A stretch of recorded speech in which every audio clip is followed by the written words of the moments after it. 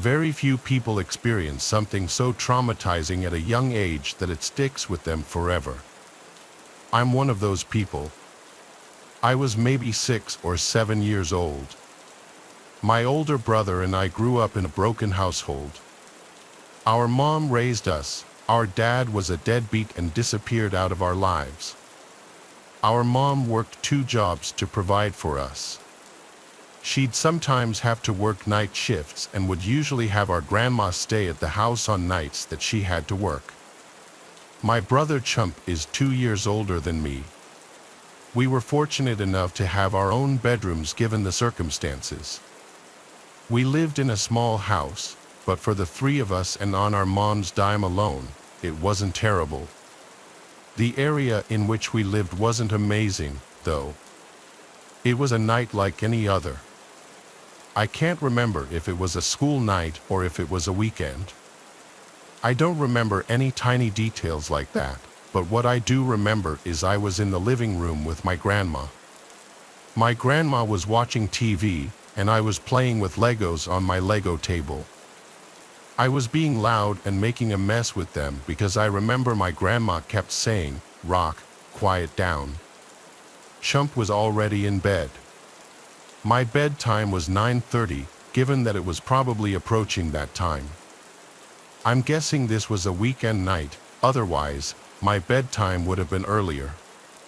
The layout of the house was simple. Living room, dining room, and kitchen are all connected, and then there was a hallway which led to the bathroom and 3 bedrooms. Our mom's bedroom was at the end of the hall, mine was in the middle. Our grandma would sleep in our mom's bed when she'd stay over to watch us. Eventually, I had to go to sleep. My grandma would always go to sleep early too, so right after saying good night to me, she would go to the bathroom to brush her teeth and stuff before going to sleep as well. I was never one to be afraid of the dark or anything. My mom says I used to be a really brave child. But that night, I woke up in the middle of the night, something unusual for me because I remember myself being a very heavy sleeper. I heard something outside in the hallway, creaks in the floor. The wood floors in that house were always very creaky. Anytime someone walked down the hall, you'd hear it. I thought my grandma was going to the bathroom. However, the creaking didn't stop. It sounded like the creaks were moving back and forth. I got out of bed and went to the door to listen.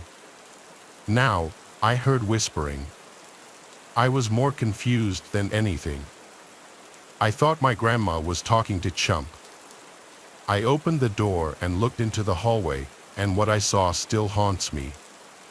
There was a tall, naked, skinny woman leaning on the wall with her head between her arms. She was whispering stuff to herself, and then, like a deer in headlights, her head whipped around to look at me. I screamed for my grandma like a little girl and slammed my door shut. There were pounds on my door, and the woman on the other side was screaming a name, "Bonnie, Bonnie, open the door." I kept screaming as loud as I could for my grandma, and I heard her scream in the hallway. I distinctly remember my grandma screaming, "Get the out of here." The woman screamed, "Where is Bonnie?" My grandma was in her mid-60s at the time, and she was still pretty quick. She yelled at me to keep my door locked, and she managed to fend off this crazy woman as she also called the police at the same time. I don't know how she did it, but my grandma was one tough woman. The woman left the house screaming, "Bonnie," and after locking the door, my grandma came to hug both me and Chump, who was awake and also crying from the commotion. We all sat huddled together until the police came. By that time, my grandma told us to just go back to sleep. This simply was a matter of my grandma not locking one of the doors, mixed with living in an already shady area. That woman had to be on crack or something. Seeing what I saw at such a young age did a number on me. I couldn't sleep alone for a long time. It was this incident that really resulted in us moving out of that house not long after.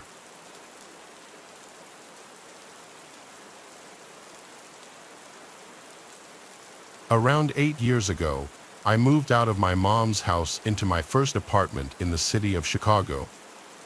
The place was a nice 3-bedroom apartment on the south side of the city in a friendly neighborhood by the University of Illinois. I lived with 2 roommates, Patrick and Kelsey. Kelsey was a good friend of mine, while Patrick was a good friend of Kelsey's who I had not met prior, although we ended up getting along just fine. One night, about a month after moving in, I met up with a few friends of mine for drinks at a bar more in the center of the city, around 15 minutes from my place. It was a good time, and I ended up getting slightly drunk before getting into a cab at 1 a.m. and heading home. Upon walking into my apartment, I noticed that Patrick's door was open, showing that he was staying at his girlfriend's place, while Kelsey's door was closed with the light from his TV shining underneath the crack. I made my way to my bedroom and put on my own TV before lying down to prepare for sleep. After around 10 minutes, I heard my doorbell ring. Half asleep, I woke up, confused as it was 1:30 in the morning, so I ignored it. A few seconds later, the doorbell rang again, and then again a few seconds after that. It's important to mention that my roommate Kelsey had a good amount of side cash by dealing weed to a few people. He was also a huge stoner himself, so the idea that he fell asleep while waiting for a late-night customer to come over was not out of the realm of possibility. With this in mind, I went over to my intercom and asked who was there. A girl's voice answered back, "It's Kaylee. I'm here to see Kelsey." Thinking that my suspicions had been confirmed, I exited out of my front door and headed down the stairs. The door to the outside of our apartment building was made of tall glass, so you could easily identify any potential visitors. Here, I saw an attractive college-age blonde girl with glasses waiting patiently outside. I had never seen this person before, however, she appeared to be non-threatening. Besides having random customers over to grab weed, Kelsey would also have some random girls over to hook up with from time to time. Because of this, I let my guard down slightly and cracked the door open. The girl then repeated what she had said moments earlier over the intercom, "Hi, I'm here to see Kelsey." I replied, "Okay, he's here. Just follow me up," and I held the door open for her. She grabbed the handle, and I turned around to head back up the stairs. As I was walking back up, I quickly noticed that this Kaylee girl was not following me up. I glanced over my shoulder and saw that she was still standing outside holding the door open, only now she was staring off to her right, almost as if waiting for someone. At this moment, a tidal wave of fear crashed over me as I realized something horrible was more than likely about to happen. I continued walking up to my place, quicker now. After turning the corner of the stairs, I heard the door swing open and then heavy footsteps running up the stairs behind me. I looked over my shoulder again, and what I saw shook me to my core. A tall, gangly man with sunken-in eyes and greasy long hair down to his shoulders was running up the stairs straight at me.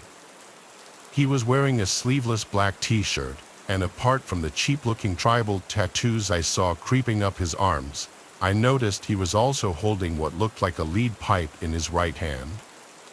At this moment, my body shot full of adrenaline as I turned around and raced back up the stairs and into my apartment. I turned around to close the door and saw the man, who was now only a few feet from entering my apartment, the pipe over his head. With less than a second to spare, I slammed the door and locked it in one swift motion. Immediately after, I heard the thud of the pipe hit my door. I stood facing the now closed door, paralyzed, as the man hit the door 3 more times while shouting obscenities at me. He eventually gave up and ran down the stairs and out the front door. I ran into Kelsey's room to wake him up.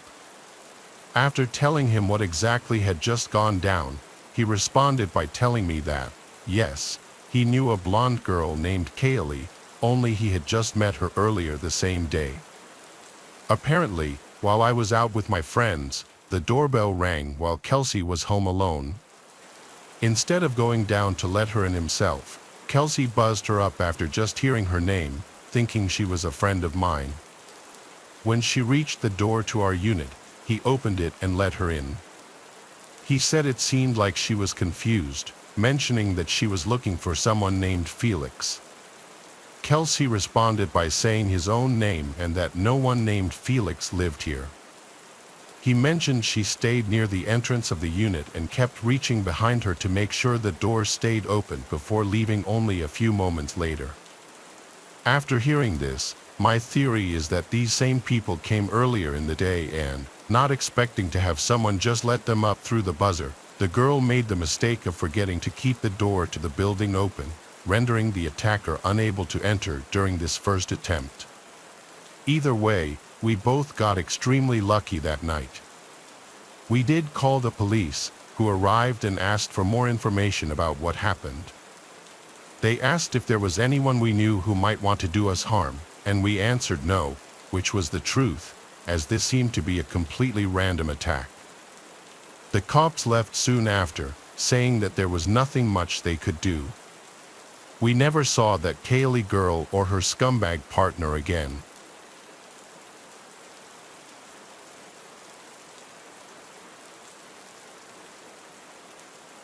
This story happened to me 4 years ago when I was in my mid-22s. This whole experience will probably scar me for life, and it's still vividly imprinted in my mind. The day was the 17th of June, and I had the house to myself because my parents were on a 2-week vacation in France. It was sometime after dusk, probably around 9 p.m., and the weather was scorchingly hot. Believe me when I say I was sweating my ass off with just my tank top and shorts on. The heat was so unbearable that I allowed in some fresh air, opening all the living room and bedroom windows, planning on closing them right before hitting the hay.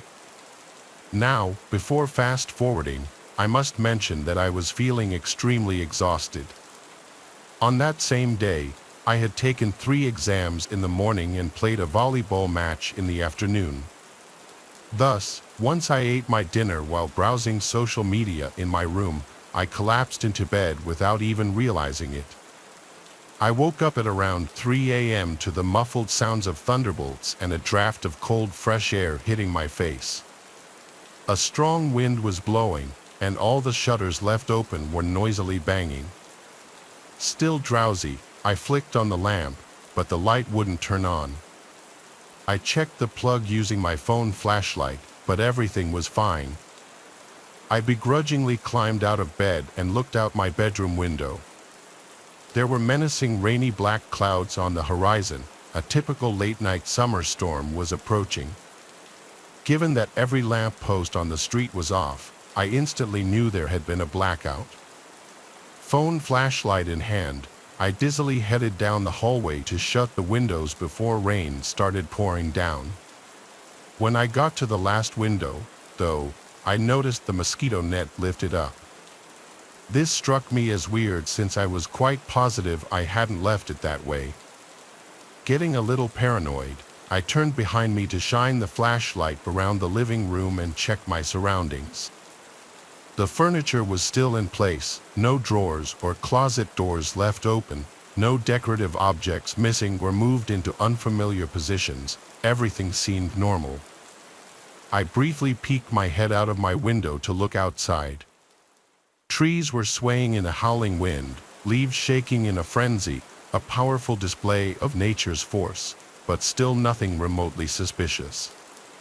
Maybe the mechanism is faulty, or the strong wind somehow pushed it up. Against my better judgment, I convinced myself it was useless to lose sleep over it. Feeling relieved, I closed the shutters and started walking back to my bedroom, eager to get a decent night's rest. Little did I know that night would be anything but pleasant. I happened to casually turn my head to the flight of stairs connected to the attic when a vivid burst of light flashing from up there caught my eyes. I paid no mind. The attic was adorned with huge glass windows, so it was no wonder to see light spreading across the room. It was probably sheet lightning. I kept walking, subconsciously waiting for the thunder to come, but it never did. I stopped in my tracks. Given that the flash I saw was powerful and bright, the lightning had to be pretty close, so why couldn't any rumbling noise be heard? I started to think maybe it wasn't lightning. What if it was a flashlight? As doubt crept in, my heart began to race. I quickly put 2 and 2 together, and now the strange occurrence of the mosquito net left up made much more sense. The nightmarish realization hit me that an intruder could have broken into my house. At first, I panicked. Did they hear me shutting the windows? Were they carrying any weapons? Did they plan on just robbing my house, or did they also have worse intentions? Normally, I would call my parents to deal with it, but since they were away, it was all on me now. While those sickening thoughts were swirling in my mind, the distinct sound of a doorknob being twisted and turned made me instantly snap out of my catatonic state. I shot my head to face the living room entrance, and through the glass frame, I spotted a shadowy figure just a few inches outside of the front door. There was a person standing there, most likely an accomplice of the guy upstairs. Words are not enough to describe how powerless and defenseless I felt. Despite the overwhelming fear, I did my best to keep my cool, trying to make as little noise as possible. I tiptoed in the direction of the stairs leading down to the basement, which was directly connected to the garage. I figured I could safely escape from there. While I was making my descent down, still using my phone as a source of light, I dialed 911. Speaking as softly as possible, I informed the operator about what just happened. He tried to calm me down and reassured me that the police would be there in less than 10 minutes.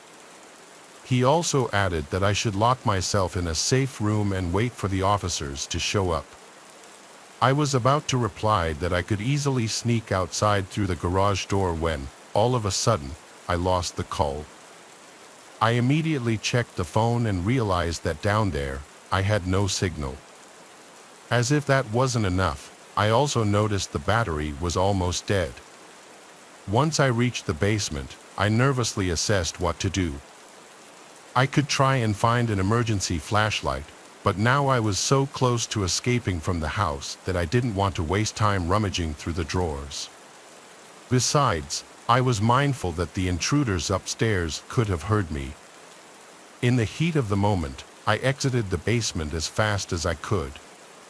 Nonetheless, while making my way towards the garage door, I got a feeling in my gut telling me I was being watched.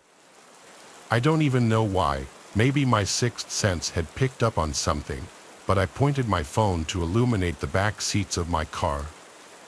And there he was, a man's face stuck to the rearview mirror. A disgusting, revolting face with dead, bulging wide eyes and a malicious yellowish grin spreading across its cheeks. He kept staring at me so intently it almost looked like he was piercing into my soul. He slid his dirty hand against the glass, waving me hello in an unnaturally slow motion. At that point, it happened. My phone battery died, turning off the flashlight and leaving me in total darkness. I felt my heart in my throat. I had never been more scared in my entire life. My whole body was quivering and shaking in fear. When I heard the car door opening, I lost it. I screamed. I screamed like a little girl as I somehow managed to unlock the garage door and bolt outside, climbing up the driveway ramp. By that time, heavy rain had started pouring down. I hopped over the gate and ran to the nearest house, yelling like a lunatic for the neighbors to rush outside. They came out in shock, and I explained to them the whole situation, almost out of breath and soaking wet. In the meantime, I heard sirens in the distance. 2 police cars rolled down the street, and I practically ran into the officers' arms, screaming that there were 3 strangers in my house. Four agents went into my house, guns drawn, while another one took my description of the events. Those 3 men were all gone, though, and to this day, I don't think they've ever been caught. Some antiques which held some value were stolen, however, I must say it was no big deal for my family. For the remainder of the night, I couldn't sleep at all. I kept tossing and turning, jumping at the slightest sounds, ruminating relentlessly on the horrific experience. But I kid you not, another chilling surprise was lying in wait. When morning came, I spotted a small piece of paper sticking out of the edge of my bed. I picked it up and went frozen stiff. The following words were written: "Bye bye beauty, you look cute when you sleep."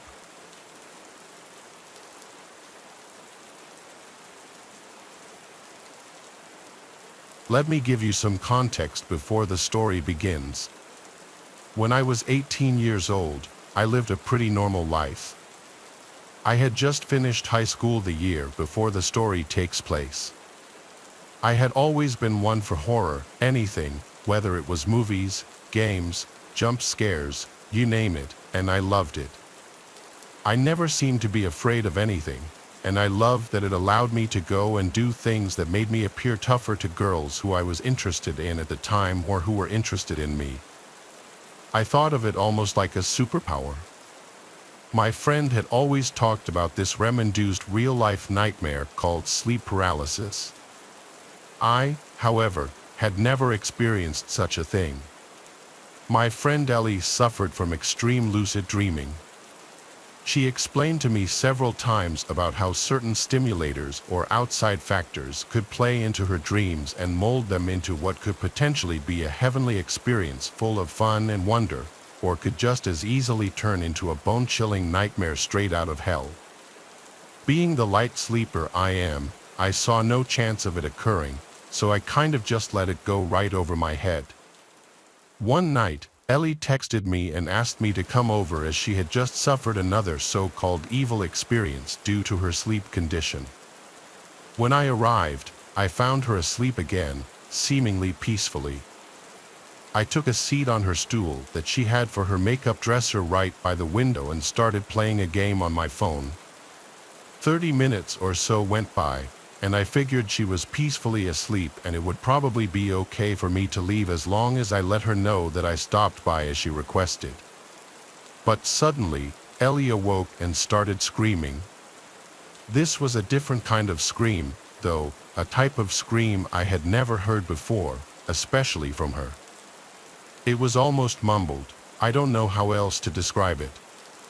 Her eyes bulged open, and I ran over to her side. I asked her if she was having a bad dream. She started shaking. I grabbed a hold of her to try to calm her down, but the tremors grew. I asked her what was going on, but no response. I figured this was just another one of her so-called sleep paralysis episodes. I did my best to comfort her. After about 40 or so seconds went by, she regained full control of her body.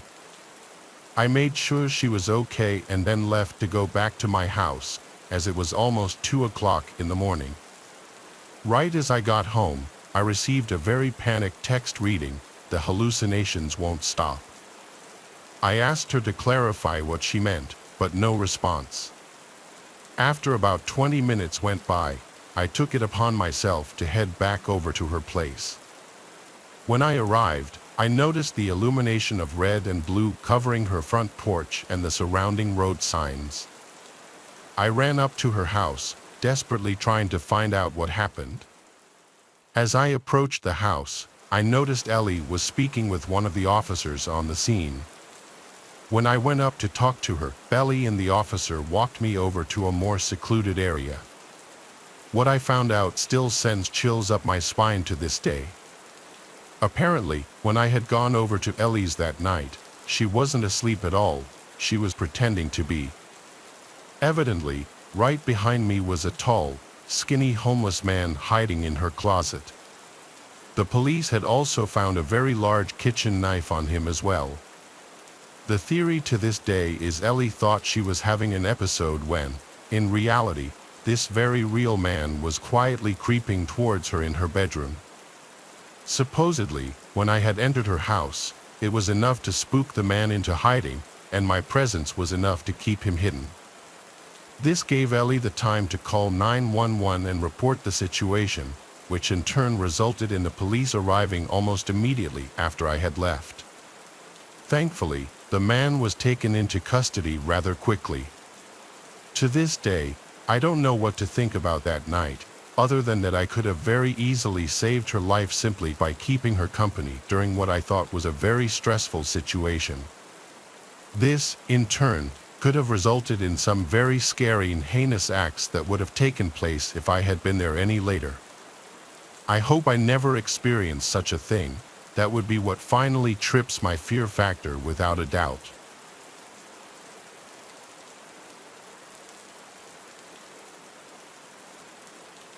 Way back when I was a teenager, my friend's house was broken into. My mom was out of town, and I was at my friend Acer's house. We lived in a middle-class to upper-class neighborhood in the suburbs. Nothing super fancy, just a pretty average American home.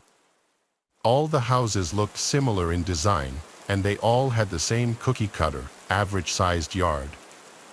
Friend Acer lived right down the street, and I wanted to hang out over there and sleep over because I didn't like to stay home alone at night, and my mom wasn't really sure if I was ready for it yet either. Quite frankly, I was 11 years old, and I was a pretty shy and timid kid that was always sucked into the Xbox. I didn't play sports, and my dad wasn't in the picture very much. I was kind of a mama's boy, as embarrassing as that is to admit, but it's the truth. I was scared to stay home alone for a whole night. It was okay, though, because Acer's parents let me sleep over. Acer's parents, Beck and Irina, were really cool. It was a Saturday night, and they were also having company over. They were grilling out and having some drinks by the fire while Acer and I and a few of his younger cousins ran around the yard, playing catch, jumping on the trampoline, and swimming in their pool. After a few hours of being kids and bouncing off the walls, we grew tired, so we hung out inside for a bit. Then eventually, we made our way outside for an hour or so to hang out with the adults until our curfew came up. I would say around 11 o'clock, his parents made us go inside to get ready for bed. They put a movie on for all of us kids in the basement, and we set up a bunch of sleeping bags. We were watching some random movie, I don't remember what it was, but after a while, I fell asleep. I'm a light sleeper, so it wasn't a surprise when I woke up to one of the doors creeping open in the basement, along with some heavy footsteps, which sounded like they were coming from the stairs. I lifted my head up to see what was going on, but I couldn't see much. It was really dark down there, and I figured it was one of Acer's little cousins maybe just using the restroom or something, so I laid back down. I rolled over and went back to sleep, but within a matter of minutes, I woke to a pounding sound. I couldn't tell what the banging noise was, but I could tell it was coming from behind us, towards the stairs. Acer's basement was a decent size, and we were in the living room part of it, but on the other side, there was a bar and like 3 bedrooms and a bathroom. I thought the noise was coming from downstairs, but I wasn't totally sure. I thought that it might have been one of the adults and that maybe they were just grabbing something from downstairs, so I tried to close my eyes again. It was really dark down there, and I didn't expect it to be a stranger either. That, or I thought that maybe one of the adults went to the restroom as well. I didn't have a phone, so I couldn't check the time or get a hold of anyone. I wasn't really sure I needed to anyways. I sat and listened for a while, though, and I couldn't hear the adults outside partying anymore. Maybe they were done for the night and coming in to check on us, I thought. You remember when you were a kid and thought there were monsters under your bed or in the closet? That fear you would feel, but deep down, you knew there was nothing to be scared about because you knew it wasn't real. Kind of felt like that. I went back to sleep one more time, but this time, what happened was far more disturbing than the previous times I'd been woken up. I woke up to a man on top of me, shaking me and trying to grab me. Other kids and Acer all ran to get the adults for help. I put up a fight, but eventually, the strange man grabbed me full on and started to run. I was being kidnapped. I did everything I could to try to get away, kicking, biting, scratching, and I even tried to dig my fingers through the man's eyes, but nothing was working. I was hopeless. That is, until Acer's dad chased him down and hit him in the head with a fire extinguisher. We both fell straight to the ground on the sidewalk, and I hit my head on the cement. Somehow, the man managed to stand up and run away, and since he had a mask on, we had no way of identifying him. I wonder if things would have ended differently had the other adults been there still. Maybe they would have chased the man down and beat his ass, and he would have got arrested, and I could actually sleep at night. But for the longest of times, I couldn't sleep. The same nightmare came to me over and over and would replay in my head. We think that the man let himself inside through the sliding glass door in the basement. I wonder how long he was standing there, planning the attack. If I would have listened to my gut, maybe things would have turned out differently, but I actually ended up with a concussion anyway. Nothing too severe, but still a concussion. Ever since that day, no matter what it is, I always listen to my intuition, and I suggest you do the same. It's always better to be safe than sorry, believe me. I'm also really glad that Acer's parents were still awake, or maybe I would have been murdered or kidnapped or even worse.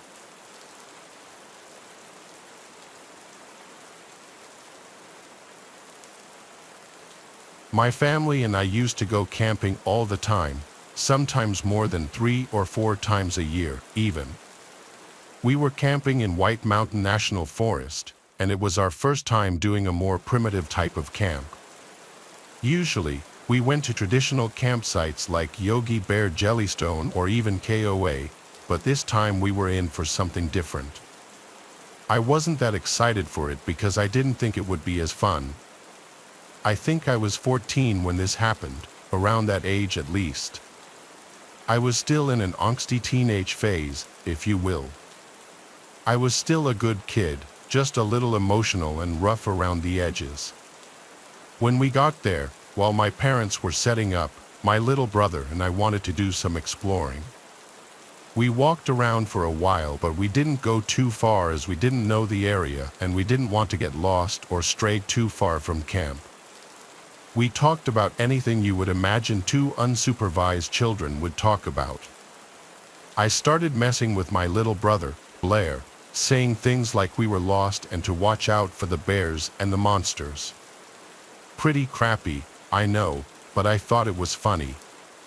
We messed with each other like that all the time, but I could tell he was actually starting to get scared, so I let him know I was only joking. I was hoping to find a cool bank offshore, like a place we could swim or fish. I found the perfect spot. He ran over to it to investigate it, and I fell in love with the scenery. It truly was beautiful. Our little kid brains loved every second of the outdoors. I knew we had been gone a while, though, and I was in charge of my brother, and I didn't want us to get in trouble. Mom wanted us back before dark anyway, and we were starting to lose daylight. So, we walked back to camp, had dinner, and did our nightly ritual with the family, like playing board games. We had a campfire and all that fun stuff until eventually, it was time for bed. Blair and I were staying in our own tent, while our mom and dad had their own as well. We got our sleeping bags, a lantern, and not much of anything else, maybe some snacks that we snuck into our tent and a DVD player to watch a movie. I fell asleep, but I remember waking up for seemingly no reason in a groggy state of mind. I turned over towards Blair and noticed he was gone. I instantly shot up. I walked out of the tent and saw him walking towards the trail that we came from earlier. "Blair, what are you doing?" I asked. "Get back to sleep before Dad finds out what you're doing." That was when I heard a noise coming from my parents' tent. I worried that I woke them up by basically yelling. I don't know how Blair got out of the tent without me noticing in the first place, but he kept walking until eventually he was out of my sight. I ended up finding him off the trail a ways, thanks to my lantern, and he was sitting by the lake. I grabbed him by the arm and yanked him towards camp when all of a sudden we saw a shadow. It was a man, and there was something really wrong with him. Like, seriously. He wasn't only just being a creep by staring at us, but he was clearly deranged. He was standing in the moonlight, and I could see him semi-clearly. He had long, dark hair that looked greasy and a creepy mustache. He also had some sort of tool in his hand that looked like a hammer. The way he was just standing there, all crusty looking and staring intensely, showed me enough. He was just sitting there, mouth breathing, and he was extremely pale. He looked like he hadn't showered in weeks. I didn't stay for another second or even bother to say a word to him. I mean, come on, I was pretty sure he was a murderer. Now the chase was on. Blair wasn't as fast as me and he could barely keep up. Keep in mind, he was only 9 or 10, so his little legs could only go so fast. I grabbed his arm and practically dragged him to make him go faster. The other problem that we had was we had to get past this man to get back to camp, so we legit had to make a detour and run in a circle around him. I don't know what we would have done if it wasn't dark or if we weren't already close to home. We were pretty sure that we lost him and eventually met up with Mom and Dad. They found us out a ways from camp. I guess we were heading in the wrong direction. We kind of got lost in the panic, I guess. You'll never guess what happened after that. When we arrived back at camp, my dad's truck was gone, the only vehicle that we had out there. That man baited us off camp and he stole the truck, broke into our tents, and stole my dad's wallet and phone. Luckily, we had a walkie-talkie to call for help. The police found my dad's truck and actually arrested the man a few days later. What if we would have been out further into the woods that night? That man would have been out further into the woods that night. That man would have caught us, no doubt about it. He chased us through the woods and tried to murder us or kidnap us, one of the two. When my dad got the truck back, unfortunately, it was totaled in a drunk driving incident by the man that stole it. Man, that trip was a nightmare.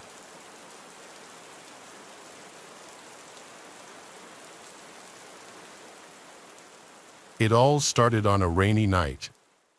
My dad had wanted me to babysit my little brothers while he went to the bar to play pool and drink. I'd gotten them to settle down for the night and I decided to go order some food and chill, playing some CS while I waited. About 30 minutes had gone by and I was wondering why the hell my food was taking so long. I finally heard a knock on my door and there was a rough-looking man who said he had my food. I tipped him and he went on his way. I closed the door and walked back to my computer, completely forgetting to lock it. If one of my protective friends hadn't said something while we were gaming, things might have gone a lot worse. Them asking to make sure I locked the door was a potential life-saving question, because in fact, I had completely forgotten to lock the door. To me, it wasn't the biggest deal at the time, but I'm glad they said something and you'll see why here in a minute. I checked on the door to make sure it was locked, and of course, it wasn't. So I locked the door real quick and went back to gaming. My computer, by the way, was in my living room, and to the right of me was my kitchen. In the kitchen, there was a giant bay window facing directly into where I was sitting and gaming. I started eating my food while gaming, and I heard my front door knob jiggle.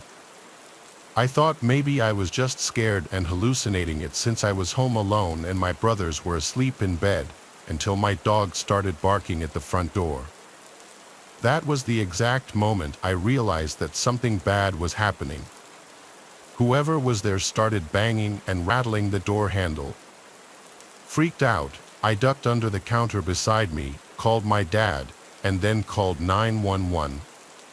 While I was on the phone, my little brothers ran out of their room screaming that someone was standing outside their bedroom window, pointing towards the lock, and smiling and waving at them, trying to get them to open it for him. I completely lost it and started crying, but I had to hide my brothers in my room, in my closet, and I told them to not come out at all.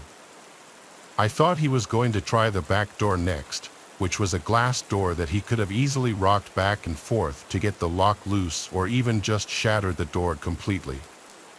All it would really take to break it was an object to swing at it, like a metal bat or something. So I was freaking out.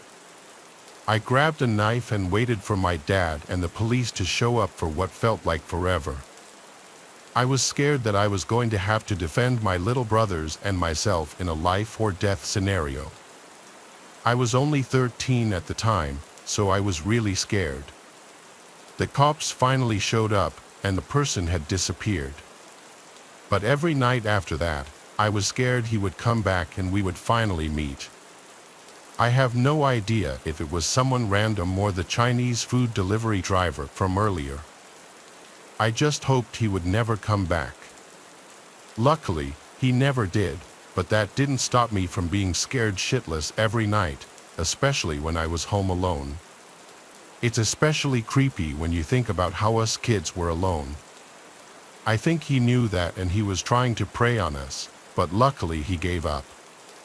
Hopefully, he heard me calling the police or something, and that's why he ran. I guess we'll never really know for sure.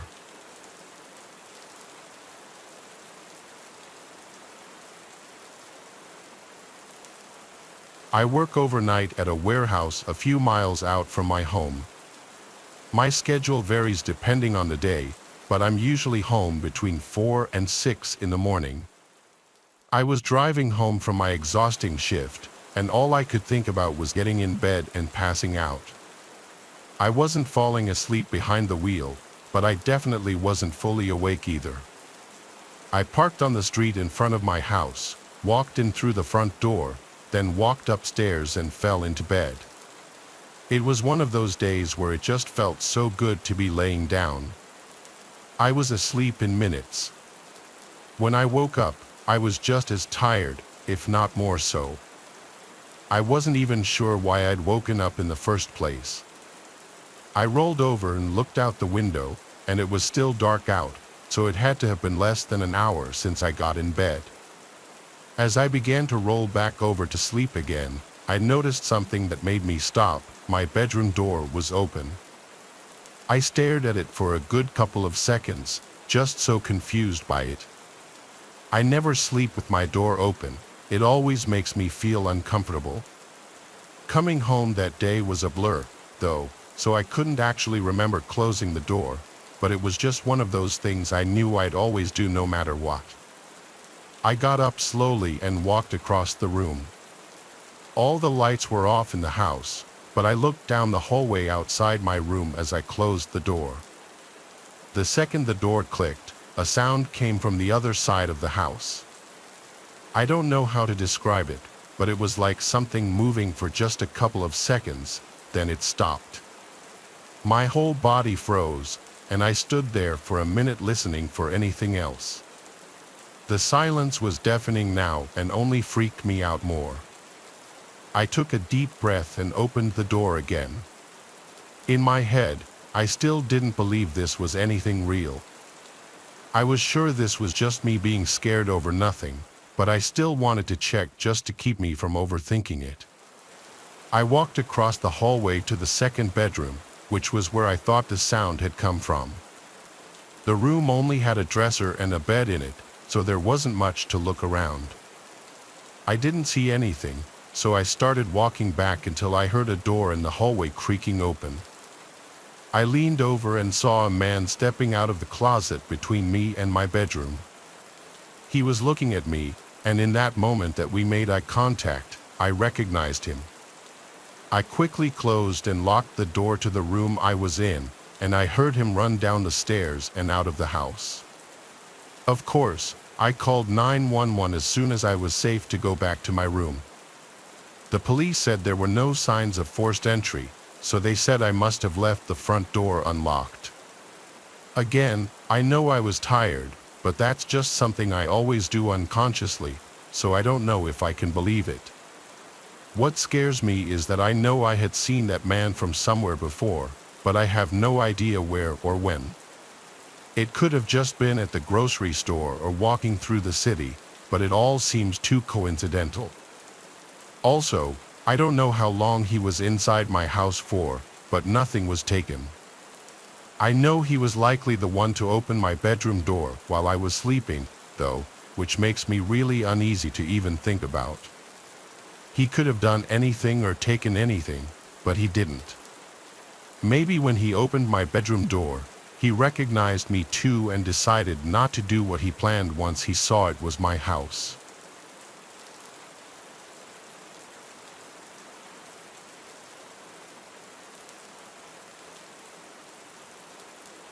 The following pictures you're about to see were taken by hikers Orly and Dante, who both live in Eagle Mountain, Utah, a small town south of Salt Lake City. For the past few years, they had been exploring forests in search of interesting things, and one day they found it. One day, Orly was hiking in Cedar Fort, just 5 miles south of Salt Lake City.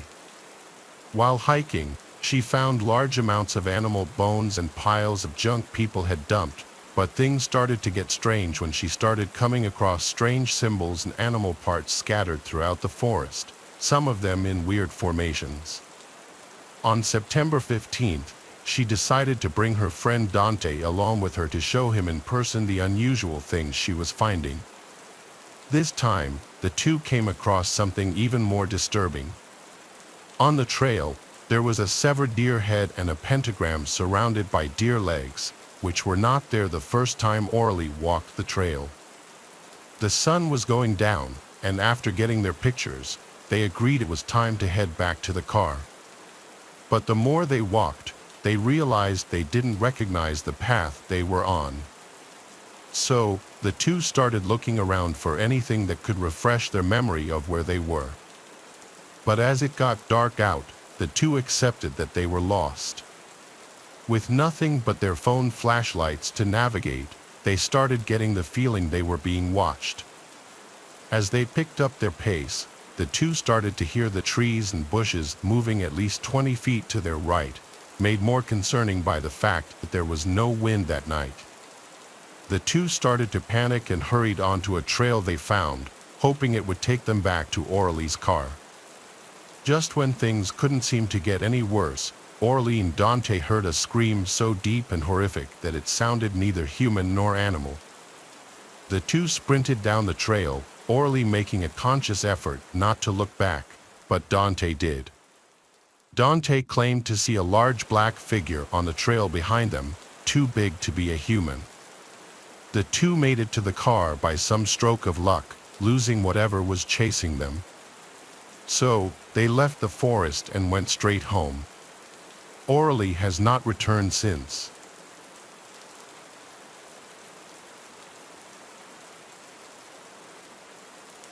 Enzo is an avid hiker who in 2016 was visiting his brother in upstate New York near Downsville.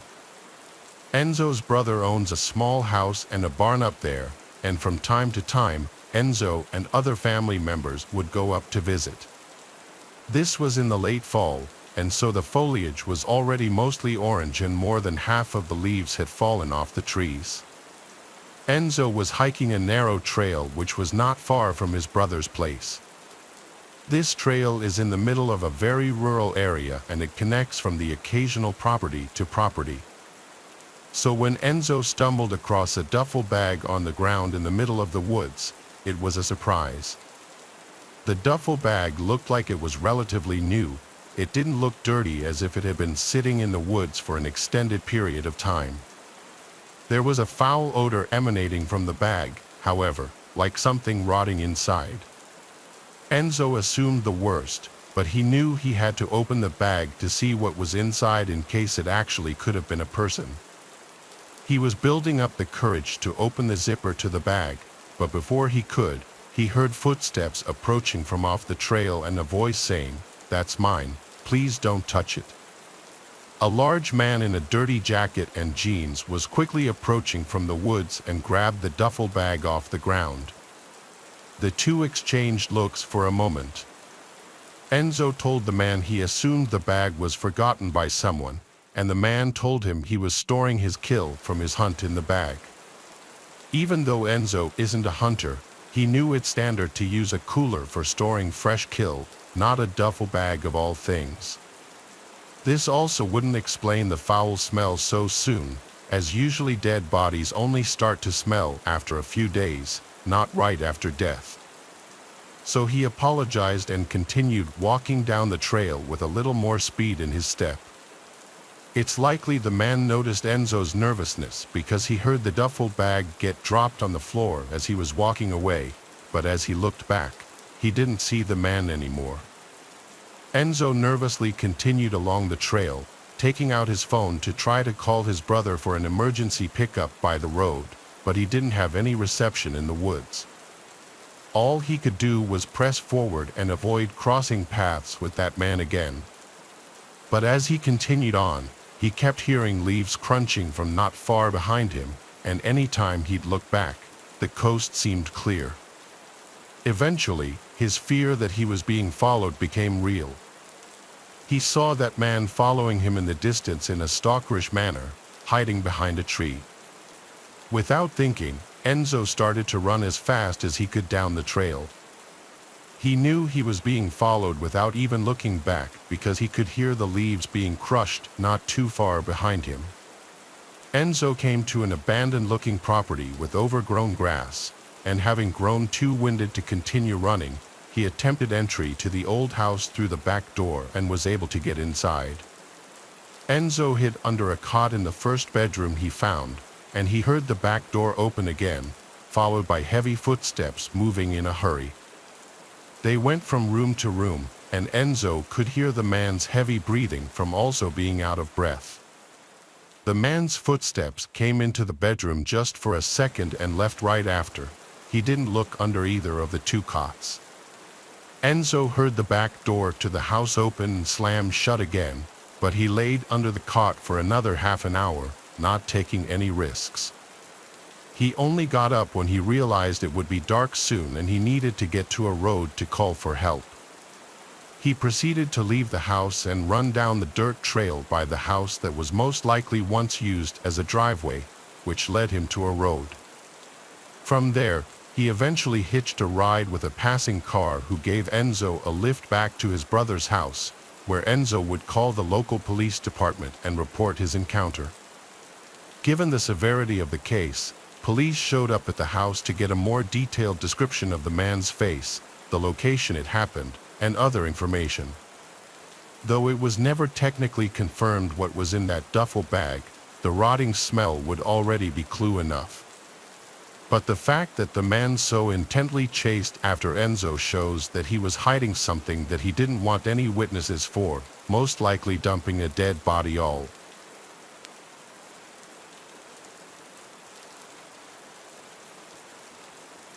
I've owned and lived in the same house for 8 years.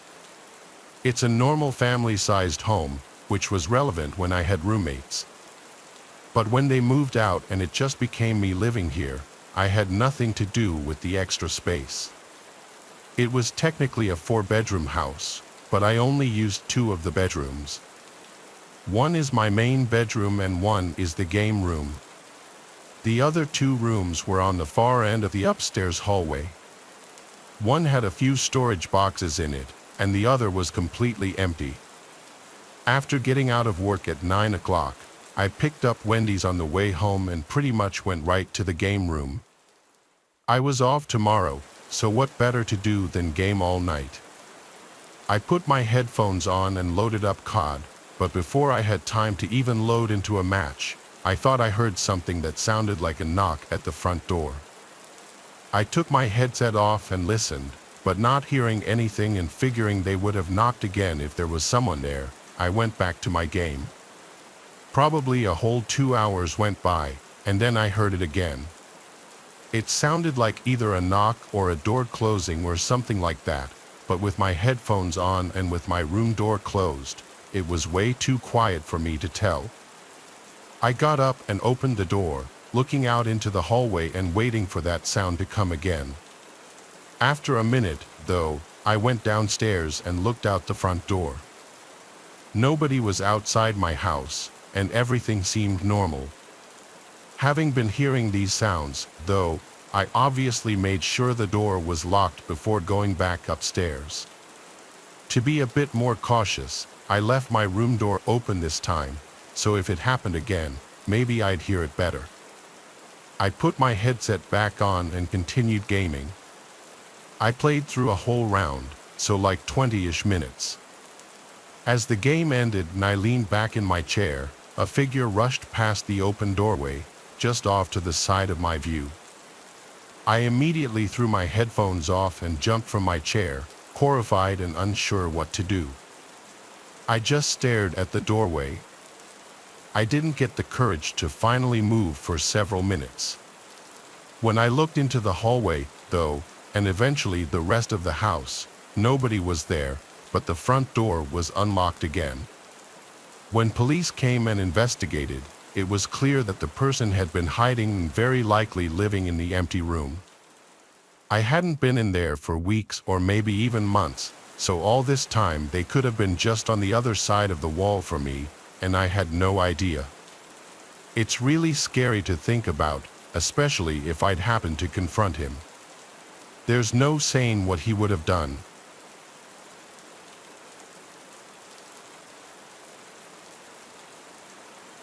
My friend Basil and I rent a house together. He's a pretty big partier, though, and often stays out really late or even sleeps over at others' places, so a lot of nights I have to myself. This was one of those nights where Basil was out at the club or something. So, having the night alone, I brought out a couple cans of beer to our front porch and sat on the swinging bench we had set up. It was nice weather out, and with it being nearly midnight, most people were sleeping, and the neighborhood was pretty quiet. After being out for a little less than an hour, a person came walking down the street in front of the houses. He looked like a large guy and had a sweatshirt on with a hood over his head, but something was off about the way he was walking.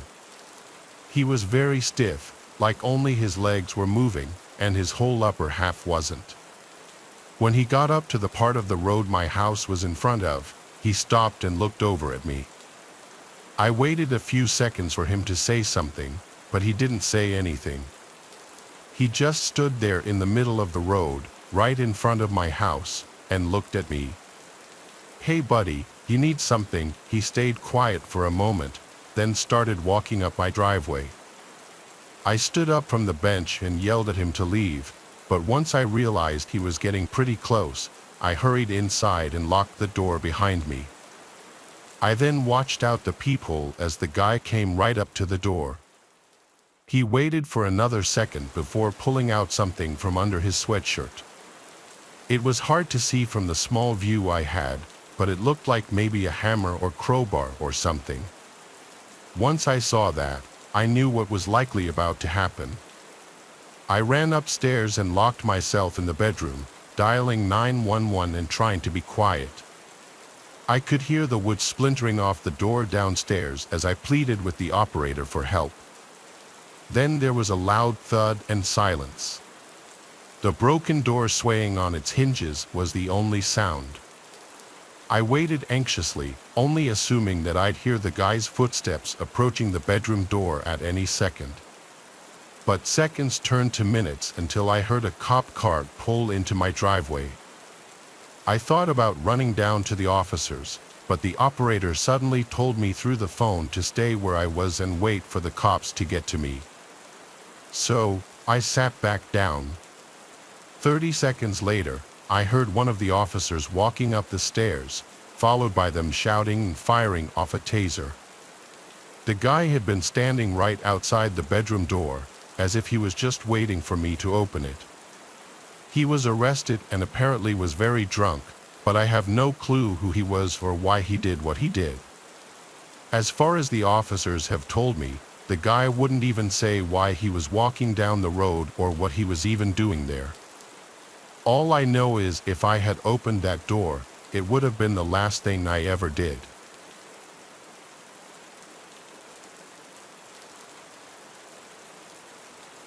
I'm an only child and grew up in a small town. My parents were hardworking, often struggled to pay the bills, so they usually worked a lot of overtime or even had multiple jobs. Because of this, I was left home alone pretty frequently. I was 13 at the time, and this night both my mom and dad were working closing shifts, so I was at home by myself after school until 10 or 11. To keep myself busy, I'd usually watch TV or go for walks in the woods behind our house. After getting home from school and having a snack, I went outside and started walking along my regular path while the sun was still out. It was a 2.5 mile trail through the woods that almost never had anyone else walking on it. Strangely though, about a mile into the walk, I saw a guy on the trail up ahead. He was sitting with his back against a tree, wearing a dark blue jacket and had a red baseball cap tilted downward, covering his eyes and most of his face. From the way he was slumped over, it almost looked like he was sleeping. So I continued walking, trying to quietly pass by him. As I got just a couple of feet away, though, he lifted his head and instantly locked eyes with me. His eyes were tired and red, and he had this disturbing frown like he was upset or something. As I passed by, he started standing up, and getting a strange feeling about him, I began walking faster, basically jogging the rest of the trail and back home. I didn't see him follow me, but I locked all the doors just in case. Again, I was only 13, and even though I was used to being home alone, I still got scared pretty easily. I stayed inside and checked the windows one last time before trying to distract myself by watching TV. Only a few minutes after turning it on, though, I heard a voice at the back door. I paused the TV and listened, hearing a man call out multiple times, repeating the word, "Hello." I stood up and looked down the main hallway. That same guy with the red cap and blue jacket was standing at the back door, almost pressing his face into it as he tried to look inside. I quickly went back around the corner, but he must have seen me because he immediately stopped calling out and instead started trying to force the door open. I just froze up in the middle of the living room, listening to the door jolt back and forth against the lock. After several attempts, though, he left. I called my parents, and they called the police, but he was never found. Having been followed home and them trying to break in, though, I can only imagine what they were trying to do to me.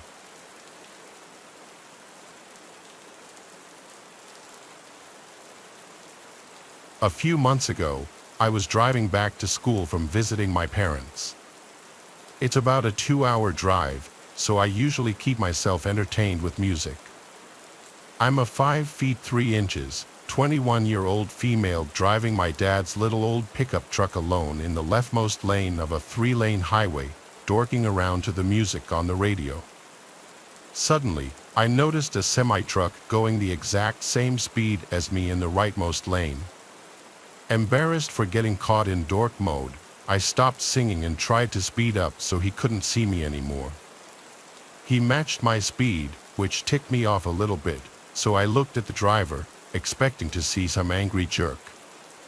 To my surprise, he was smiling and waving. Thrown off, I kind of chuckled and waved back. Big mistake. He moved over to the middle lane to be closer to me and now wouldn't stop smiling and waving. At first, I played nice, waving back a little because a semi-truck beats a tiny pickup truck any day. But I was mostly focusing on getting out of this guy's field of vision safely. I tried speeding up as fast as my truck would allow and slowing down as suddenly as I could without endangering anyone behind me, but he would just match my speed. If there was someone coming up in his lane, he'd move to the right at the last possible second and pass them before I could slow down and get behind them. He has a lot more practice with reckless maneuvering than I do, so he has me trapped and is using other cars to help him. The whole time, he's smiling, waving, and holding up the number 1 sign for some reason I still don't know. His charm is rapidly fading as this continues for about 5 miles. I got worried and called 911. I gave them a description of the truck: white cargo truck, black cab with some Pennsylvania company logo on it, and the driver was a balding, middle-aged tan guy with a dirty blue t-shirt. They advised me to pull off to the emergency shoulder on the left, but I had never done that and it looked too narrow, so I didn't feel comfortable doing that. At this point, he was passing someone else in the middle lane, and I finally had a chance to slow down and merge 2 lanes over to the rightmost lane. I started speeding past him so he couldn't trap me again. The operator told me to take the closest service plaza about 5 miles away. She said he probably wouldn't follow me, so I could stop there for a few minutes before getting back on the highway. She told me to call if he did follow me, but she was confident he probably wouldn't, so she hung up.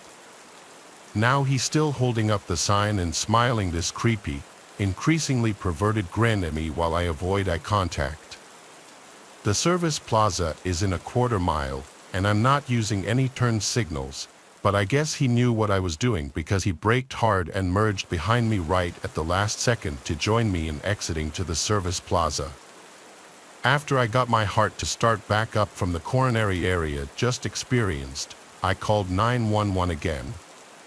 The way this service plaza was set up was that semi-trucks had to use a separate lane winding to the right of the plaza that led to a parking lot behind the plaza just for big trucks. The rest of us used a smaller lane to park immediately in front of the plaza. I parked, and as I'm explaining to the new operator what's going on, I watched the semi creep around its path while the driver stared me down, smiling. I freaked out. He knew where I had parked. He knew where to find me. If I just stayed there, I thought maybe I could have floored it to get back on the highway, but I was afraid he would see me and follow me again. So, I drove to a gas station to the left of the plaza, which had a view of the semi-truck parking lot, hoping he wouldn't find me until the police came. The operator transferred me to the woman who was helping me before. She informed me that they had dispatched a couple of police cars but couldn't tell me how long they would be. I saw the trucker had gotten out of his truck and was heading towards me. Even though my windows were closed and my doors were locked, I was panicking on the phone with the operator. She told me the police should be there soon and that I should be safe there, so I should sit tight while I kept her updated. I wanted to at least drive back to the parking lot I was in before, but it was a one-way entrance to the gas station, so I couldn't. I glared at the trucker and showed him my phone when he came close. He finally stopped smiling and made it look like he was going into the service plaza.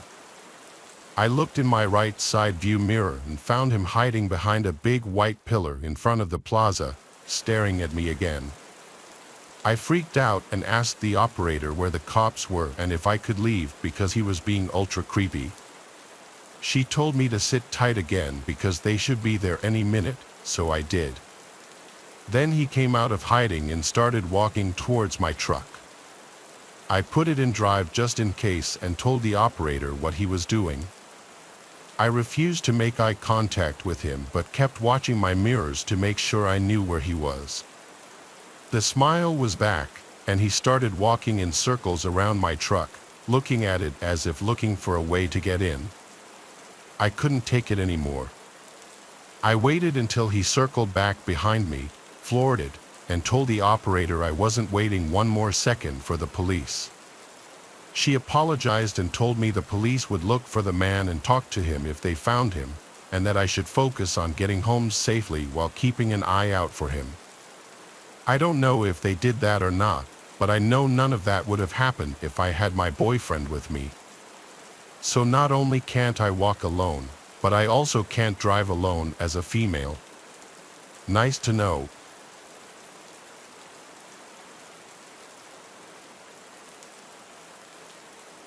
Tale takes us deep into the darkest corners of the internet, where whispers of accursed games spread like wildfire through online forums and chat rooms.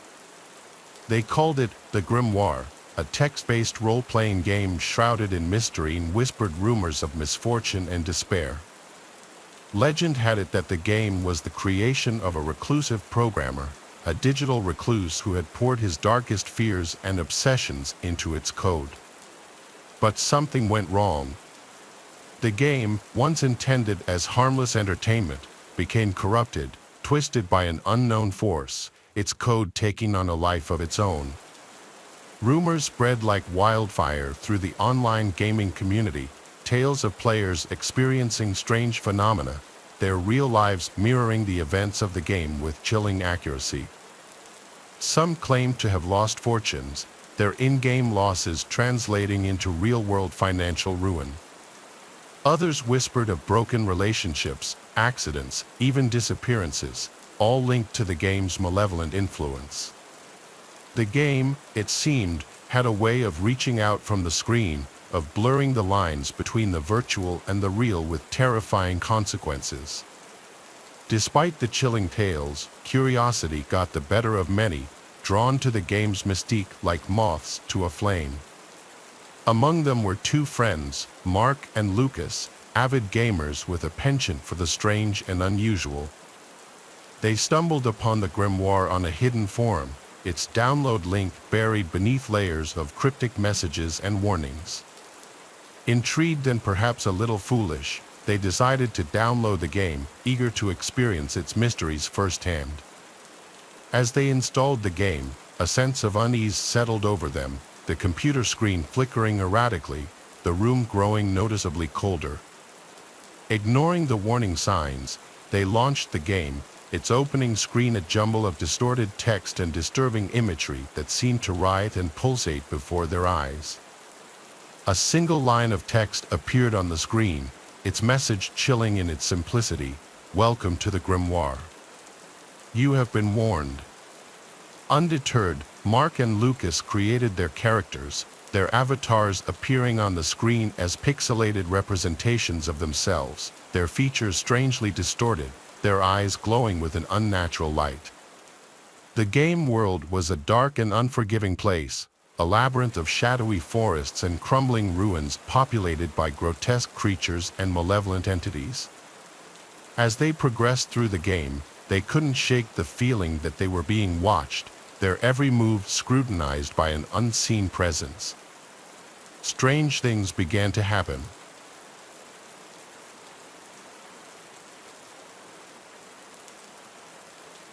This is something that happened to me when I was much younger. I believe I was about 11 or 12 during this time. I lived at home with my older brother and my parents. One of my favorite things to do after school most days was to unwind by playing some video games. I would go upstairs to my bedroom and start playing on my PlayStation 2 for a while. Sometimes, I would play all the way until it was time for dinner. So, one day I got home from school and went straight up to my bedroom to play some video games. Both my parents were still at work, and my brother was still at school. That's how things usually were for an hour or two after I got back on most days. I remember playing video games, and a little while in, I heard my brother getting home downstairs. The front door opened and closed, and I heard him walk inside. I thought nothing of it and I kept gaming. But about an hour later, I got a call from my mom. I had a home phone in my bedroom and saw through the caller ID that it was my mom's cell phone.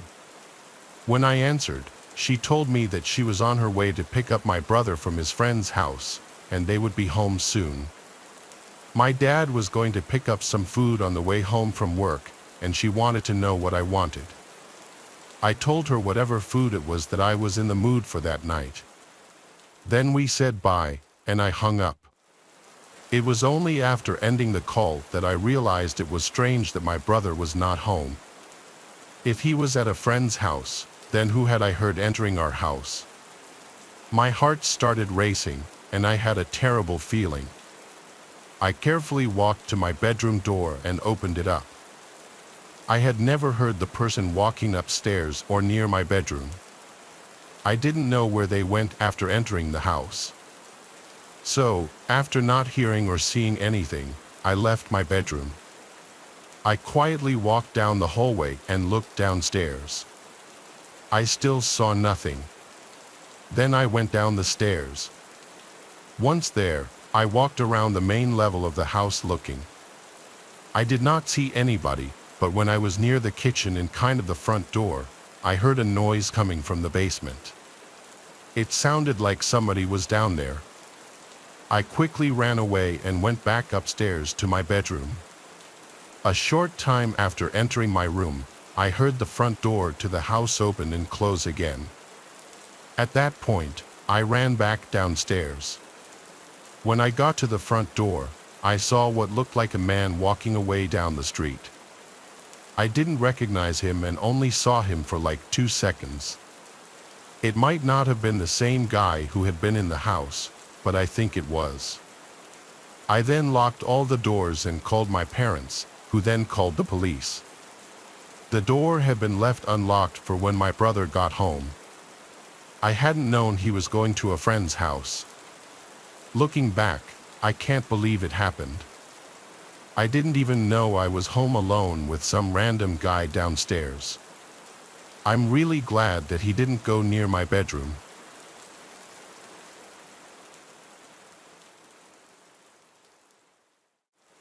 Our first story begins on a Friday night, the air thick with anticipation. A young man named Jack, an avid gamer, scoured online marketplaces for a deal on a used console, eager to dive into the latest releases. He stumbled upon an offer that seemed too good to be true, a current-gen console, practically brand new, being sold at a fraction of the retail price. The seller, only identified as KL, was vague in his responses, claiming he simply needed to get rid of it. Despite a prickle of unease, Jack dismissed his better judgment and arranged to meet KL at a dimly lit gas station later that evening. The seller, a gaunt man with nervous eyes, arrived in a beat-up car, the console hastily wrapped in a garbage bag.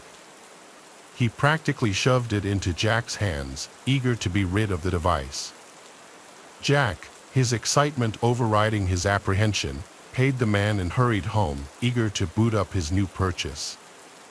As he connected the console to his TV, he noticed an unsettling detail he had overlooked in his haste, a single deep scratch etched across the top of the console, almost resembling a cryptic symbol. Brushing it off as nothing more than cosmetic damage, Jack grabbed his controller and prepared to enter a world of digital entertainment.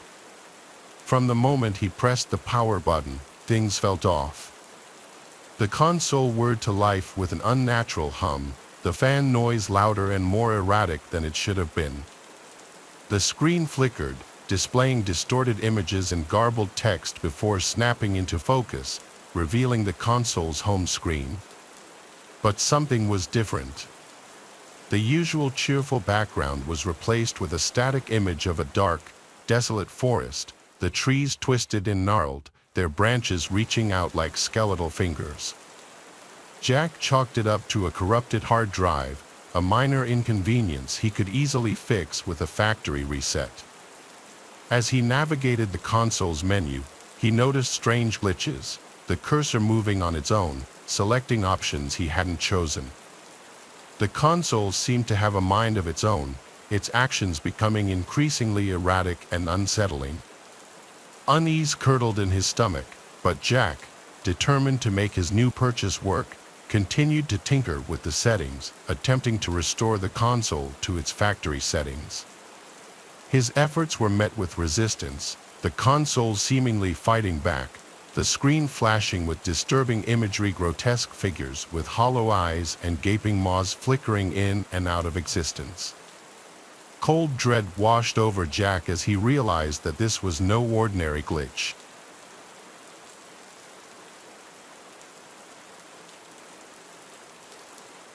Our next tale takes us back to the neon-lit golden age of arcades, a time when joystick warriors battled it out for high scores and bragging rights. In the bustling heart of the city, nestled between a dingy pizzeria and a flickering neon sign promising adult entertainment, stood the Pixel Palace, a haven for gamers seeking an escape from reality. Among the flashing lights and the cacophony of blips and bleeps stood a machine unlike any other, its faded paint and flickering screen whispering tales of a bygone era. This was Dark Carnival, a game shrouded in mystery and whispered rumors, said to be haunted by the spirit of a former player. The legend went that a young man named Ben, a regular at the Pixel Palace, had become obsessed with Dark Carnival, spending every waking moment at the arcade, his fingers flying across the joystick, his eyes glued to the screen. He poured his allowance into the machine, determined to conquer its fiendishly difficult levels. After weeks of relentless gameplay, Ben finally achieved his goal, his initials flashing proudly at the top of the high-score screen. But his triumph was short-lived. As he celebrated his victory, a surge of electricity, a freak accident, seared through the machine, striking Ben down where he stood. Some say Ben's spirit, unable to leave the game he loved, became trapped within the machine, his digital ghost forever bound to the arcade cabinet. And so the legend of Dark Carnival grew, whispered among the regulars, a chilling tale of obsession and the insatiable hunger for the high score. Most dismissed it as an urban legend, a spooky story meant to deter players from hogging the machine for too long. But there were those who claimed to have witnessed strange occurrences firsthand, the screen flickering erratically, the game playing on its own, the faint sound of laughter echoing from the speakers, a chilling melody that sent shivers down their spines. One evening, a group of friends, their laughter echoing through the arcade, gathered around the Dark Carnival machine, their competitive spirits ignited. Among them was Tony, a skeptic by nature who scoffed at the stories surrounding the game. "It's just an old machine," he declared, "nothing more than wires and circuits." His friends, a mix of believers and those who enjoyed a good scare, exchanged nervous glances as Tony deposited a coin into the machine, the screen bursting to life with a burst of static. As Tony navigated the game's opening levels with ease, his skepticism began to waver. The game seemed to anticipate his every move, the enemies reacting with an almost unnatural precision, as if controlled by a sentient force.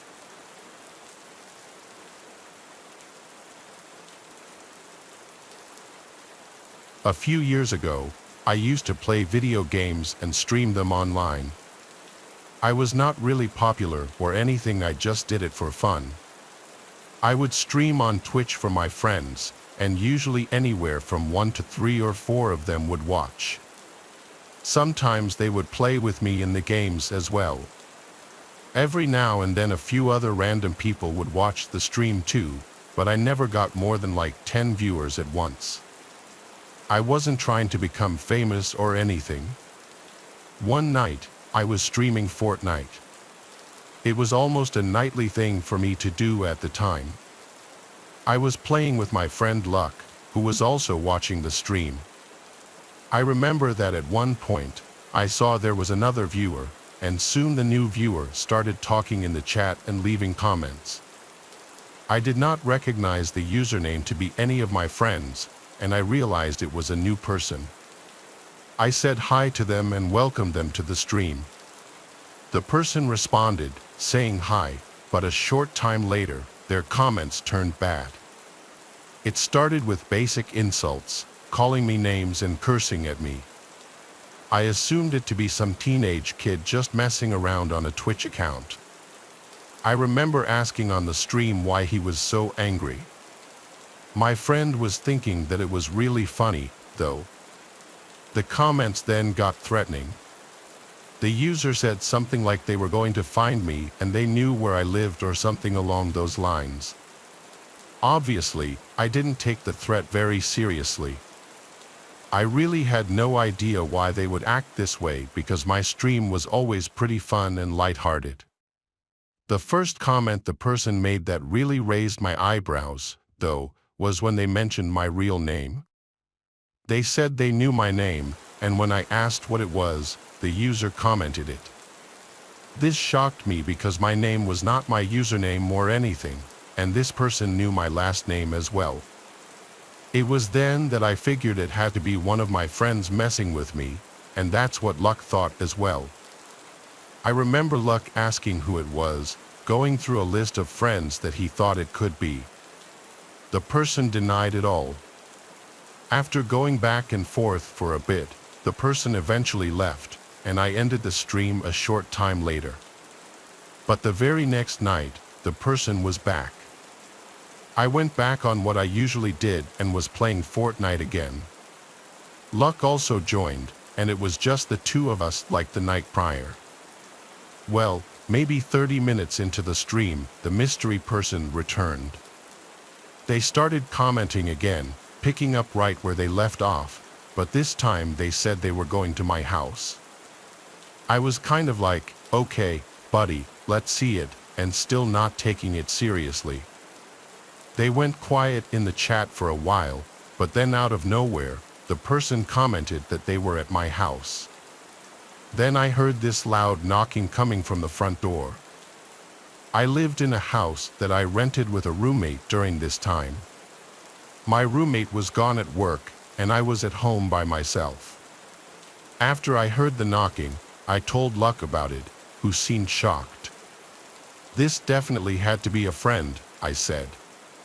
I was getting up and went over to go look.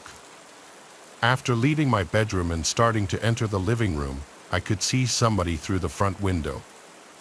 There was a man standing on the front step who was wearing all black and a ski mask. He did not resemble any of my friends, but I guess it could have been one of them. I just had a bad feeling about it, though, like this was somebody else. I went back into my bedroom and asked the guy through my stream what he wanted. He did not respond to this, but loudly knocked again on the front door. I was not going to answer it. The mysterious man then made a comment that he hated my car. I don't know why he said this, but then he left the stream. I really had no idea as to what was going on. Me and Luck talked about who it could be, and I told him that I thought it was someone totally random. Luck was telling me that I should go out and confront the guy. Eventually, I left my bedroom to go check, but the guy was gone now. I looked out of every window and didn't see him. Well, the next day, I was leaving for work. When I got to my car in the driveway, there was a big dent in the driver's door, like somebody had hit it with something. I remembered the comment the guy made about hating my car, which is a Pontiac Aztec. Now I knew none of my friends would go so far as to damage my vehicle. After that, I decided to stop streaming for a while. I told all my friends about it, and like I expected, none of them knew who it could be. It remains a mystery to me to this day. I don't live in that house anymore. I did stream on Twitch again a while after it happened, but the guy never joined another stream or at least never said anything. This is one of the craziest things that's ever happened to me.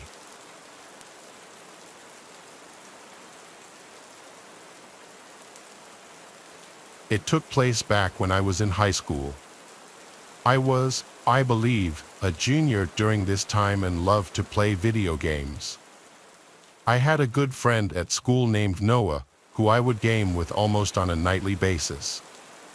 We would hang out all the time as well, and he lived just a few blocks over. On this night, we were playing video games online on our PlayStation 4s. I was at my house, and he was at his. We had headsets so we could talk to each other as we were on. I remember that after playing for a while, Noah said, "What was that?" It kind of came out of nowhere, and I assumed that he was just talking about the game. I asked him what, and he didn't answer me at first. Then all of a sudden, he said, "What the," and it kind of abruptly went quiet. I heard some other noises but couldn't make them out. I didn't know what was going on. I asked Noah what he was doing, but he did not answer me. Everything was silent for a while. After, I sent Noah a Snapchat asking him what that was all about. I was really confused, but Noah did not immediately open it. So, I got curious and was kind of concerned. I decided to walk over to his place. Maybe he was playing a prank on me, but I felt like I should go ask him. We were such good friends, and it wasn't that weird for me to do that. So, I left my house at whatever time it was, probably like 10 p.m. It was dark out, and after walking a few blocks, I arrived at Noah's street. It was quiet, and we both lived in a pretty typical neighborhood for the most part. When I reached Noah's house, I wasn't sure if his parents were home or not because most of the lights in the house appeared to be off. I walked up to the front door and knocked on it. At first, there was no answer. It was very quiet. But a short time after knocking, I heard what sounded like somebody who may be in the backyard. After waiting a while, I knocked again. I couldn't see into the backyard from where I was. I continued to wait at the front door, wondering if I should investigate the noises I had heard in the back. Maybe Noah had gone outside, but I didn't really know why he would. Then finally, I heard someone walking towards the front door inside. The door then opened, and Noah was standing there. He looked very serious and told me to come inside quickly. I got in, and then he closed and locked the door. He said a man had been inside his house, and he was calling the police. He added that he thought the man just left. Noah went back and got his phone from his bedroom and dialed 911. He told me that his parents were gone, and he was home alone. We both waited for the police in his parents' room because it had a lock on it. Nobody else entered the house or was in it while we waited. The police got there shortly after and spoke to us. I guess what happened is when I was gaming with Noah, he heard a noise from behind his house. It sounded like the back door, which led to the kitchen, was opening. It must have been left unlocked or something because an unknown person did, in fact, enter. After hearing the footsteps, Noah ran to his closet to hide. He was able to hide but did not have his phone and couldn't call the police.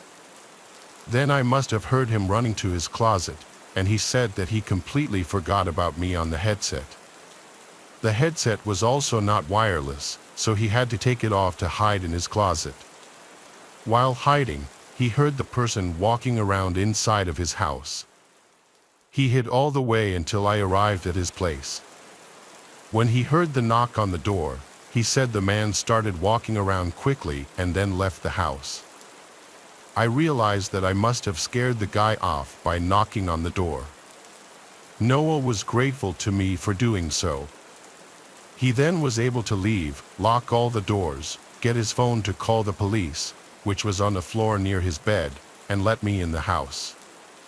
I don't know why the man entered the house or how he seemed to know that the door would be unlocked, but I'm really glad that I went over to Noah's.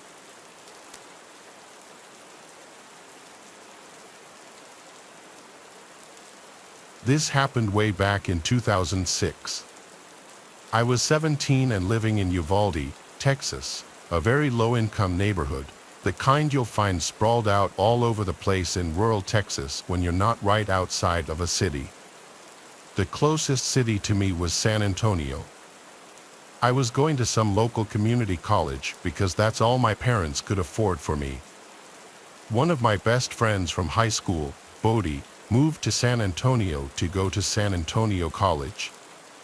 He was living in some small apartment a little outside of the city with a roommate. His girlfriend would also often stay with him. Since the city is only really an hour and a half away, I would visit him all the time. He invited me this one weekend to come crash for the night, so I took my trusty old 1995 Toyota pickup truck. Just kidding, the thing was a piece of crap. The gas gauge didn't even work on it. I'd have to always just keep track of when the last time I filled the tank up was, then reset the trip mileage. I took Route 90, which was a straight shot from Uvalde to San Antonio. I was on the road at like 2:40 p.m. on a Friday, and there was no traffic at all. I got to Bodhi at a reasonable time. His girlfriend wouldn't be getting there until tomorrow, so tonight we were going to go out. We stopped at a liquor store and drank in his apartment for a while with his roommate. Then the three of us went to this dive bar that would kind of look the other way with fake IDs. That was basically our night. We got back to their apartment around 2 a.m. after getting food. I slept on the couch. The next day would have almost been the same thing, but Bodhi and his girlfriend were having issues all day. As the two of them got drunker as the night progressed, she started yelling at him in front of me, and it got really awkward and uncomfortable. I didn't really have much to drink that day because I was already iffy about staying the night with her there. I eventually decided I would just head back home. I said goodbye to everyone and started my journey home. It was very late at night. I want to guess midnight, maybe a little earlier. Route 90 was deserted at this time, so I would fly for my pickup standards. But suddenly, the engine started sputtering. I felt my heart completely drop as I realized I forgot to fill up the tank. I slowed down, but it was too late. The engine cut. I pulled to the side of the road and tried starting it a few times, but it did no good. I took out my cell phone, which was equally as shitty as my truck, and tried to get a signal. No shot. I couldn't even call for help. I had to just put my hazards on and hope a good Samaritan would pass. You wouldn't believe how long I sat on the side of the road before seeing headlights. I waved my arms as the car approached, but it zoomed past me, ignoring me. This happened again after another 10 minutes or so. I was starting to feel hopeless, like maybe I should just sleep in my car and wait till sunrise to get help. So that's what I was going to do. I got inside my car, took the key out of the ignition to cut the battery, and just angled my seat back to go to sleep. I would hear the occasional car zooming past, like once every 10 minutes, but it didn't feel worth waving people down in the dark. It seemed sketchy for myself and to the people in the cars. But when I was starting to actually drift away to sleep, a car door closing from behind me woke me up. I looked in the rearview mirror and saw a car pulled up behind me with its headlights off. I turned around now to get a better look. There was some big pickup truck, but I couldn't see anyone inside of it, nor did I see anyone outside of it. Maybe someone pulled over to help. I got out of the car and said, "Excuse me," to no response. I walked closer to the truck just to confirm no one was inside. Then I walked back to my car. This was weird. I looked towards the trees on the side of the road. Maybe someone was pissing in the woods. I went back inside my car and locked the door. This was just too weird. Suddenly, there was a tap at my window. I jumped. I looked to see a man looking down at me into the car, smiling. I didn't do anything yet. He said, "Hey, buddy, need a hand?" I lowered the window a crack and said, "Hey, I ran out of gas." The man said, "That's quite the predicament. Step out and give me a hand with this real quick." When he said this, I thought he meant help him with a gas jug to fill up my tank or something, honestly. So I stepped out of the truck and shut the door, expecting him to lead me to his truck. But he stood there, looked down at me because he was much taller, still smiling, and said, "I need you to empty your pockets, please." It took me a second to process what he meant. I was literally a broke college student driving a piece of pickup truck. I wasn't about to get robbed of the only cash I had in my phone. I ran for it in the direction of the trees. I'm small but fast. I turned around and saw he was chasing after me. Once I made it into the trees, I zigzagged all over the place until I seemed to lose him. Then I crouched behind a big tree to catch my breath. When I heard him approaching closer, I quieted my breath. I heard him say out loud, "I'll kill you, you piece of." I don't know if he was just saying it out loud out of anger or if he wanted me to hear it, but I was too scared to move. Even after I heard his footsteps move away, I didn't move. In fact, I stayed in this position the rest of the night, eventually laying behind this big tree up until dawn. I went back over to the highway to my truck, and the truck behind me was gone, but my truck's doors were both open. I found that my glove box had been gone through and completely emptied of anything somewhat valuable. My flannel hoodie was also taken, which had something in the pocket, I'm sure. I finally managed to wave down a good Samaritan, and he gave me a ride to the closest gas station. I bought a fuel can, filled it with gas, and the man brought me back to my car, where I filled my tank just enough to drive the truck to a gas station to fill up completely. Then I went straight home. This was a real-life learning experience for me, that there are bad people out there who will try to take advantage of you when you're in a vulnerable spot. But there are also good people, like the man who helped me.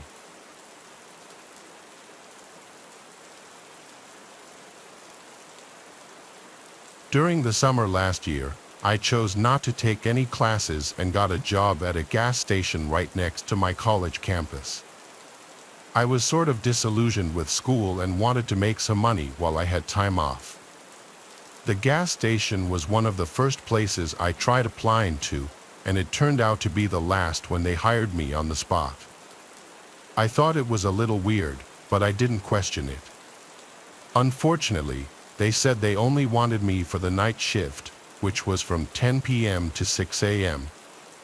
I knew it would wreak havoc on my already messed up sleep schedule, but I decided to go for it and just see how it went. To my surprise, most of the time it wasn't that bad. The first few hours of the shift were pretty busy, and it would get crazy, but then it would always get really slow until about 5 o'clock in the morning. This gave me plenty of time to clean, stock the shelves, and chill out until the morning rush. Occasionally, somebody suspicious or problematic would wander in, but I never had anything get too out of hand. Well, that was of course until something did happen. It was a Thursday, which wasn't usually a busy night. I had a coworker until about midnight, then they went home, and I was left alone. Time went by pretty fast, and before I knew it, it was almost 2 a.m. That's around the time a man walked in, and I immediately had a bad feeling about him. He had a shaved head and a bunch of tattoos of weird symbols, so I was pretty sure he was a skinhead. I noticed he had parked his dirty old lifted pickup truck in the handicap spot too, but I didn't want to get on his case about it. It was 1:58 when he walked in, and he spent a few minutes wandering around the store. In the end, though, all he bought was a case of beer. However, by then it was 2:01. My county has a law that says alcohol can't be purchased between 2 a.m. and 6 a.m. I told the man that, as politely and apologetically as I could, that he couldn't buy the beer. He immediately became agitated and went off on a rant about how it was a free country and that it was a stupid law. I tried my best to reason with him, and I said that I was just trying to do my job. But this only made him start to criticize me like I was some kind of spineless pawn for my boss.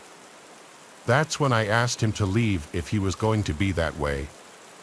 Then he suddenly changed his tone again, acting all chummy and saying it wasn't a big deal and that I should bend the rules for just a few minutes since it was before 2 o'clock when he walked in. He kind of made a good point, so I eventually caved just so he would get out. I sold him the case of beer, and then, of course, he asked for a pack of cigarettes to go with it. I let him have it as there was no rule against tobacco sales. He smiled at me and then left the store. I breathed a sigh of relief, but that relief was short-lived. I thought he would get in his truck and leave, but instead, he opened the tailgate and sat down on the truck bed. He cracked open a can of beer and started drinking it. Now I had a feeling that this was far from over, and that was exactly the case. A few minutes later, another truck pulled up right next to his, and a couple of guys got out, both of them with shaved heads and tattoos. They stood around the back of the first guy's truck, just smoking and drinking. I knew I had to go out there and tell them that they couldn't loiter in front of the store and that it was illegal to drink out in the open like that, especially that close to a car. But I was a little scared already. They kept looking in the window at me, smirking as if they knew what I was thinking and were challenging me to try.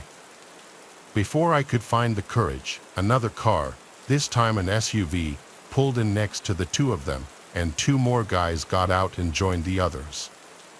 They were all part of the same skinhead group, without a doubt. My guess is they were coming from a bar that had just closed and didn't want to end the night yet. That was the most reasonable explanation, but my paranoid thoughts made me think they were about to get together and burn down the store because the owner's wife was Mexican. Then the first guy came back into the store. He was drunker than before and all smiles. But then he came back to the register with another case of beer.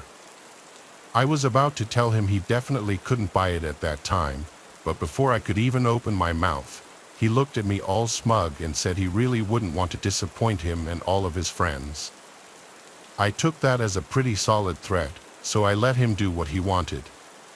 My hands were shaking, and I was dreading having to count change in front of him. But then he told me to keep the change, like he was giving me some kind of big tip. He walked back outside, and all the skinheads cheered at the fresh case of beer. Apparently, they had worked together and finished all 24 cans of the previous one. I then realized they had been tossing the empty cans all over the ground and kicking them around. It felt like I was completely stuck with these pricks, and I knew I would either get in trouble over it or get literally ganged up on and have any manner of horrible things done to me just for saying no to them. What normal person would see a bunch of drunk skinheads smoking cheap cigarettes on top of their pickup trucks in front of a store in the middle of the night and still want to walk past them to get in? Pretty much nobody, not a single person, except more of the skinheads. Finally, I couldn't take it anymore. I walked up and locked the door so they couldn't get back in. Then I walked back to the office and called the police. Several minutes later, a cruiser showed up and told them to screw off. There was some shouting outside that I couldn't quite make out, but I was worried for a few minutes that things would escalate. Thankfully, they left without causing too much of a scene, but I have no idea how close it got. The cop waited for them to leave before doing so himself. Right before he got on his way, I came out and asked him to stay a while I cleaned up their mess. The next day, I unfortunately had to quit that job. There was nothing more terrifying to me than the thought of being stuck behind that register if those guys ever decided to come back. Still, I kind of get worried that one of them will see me around town and recognize me. I don't know what those people are all capable of.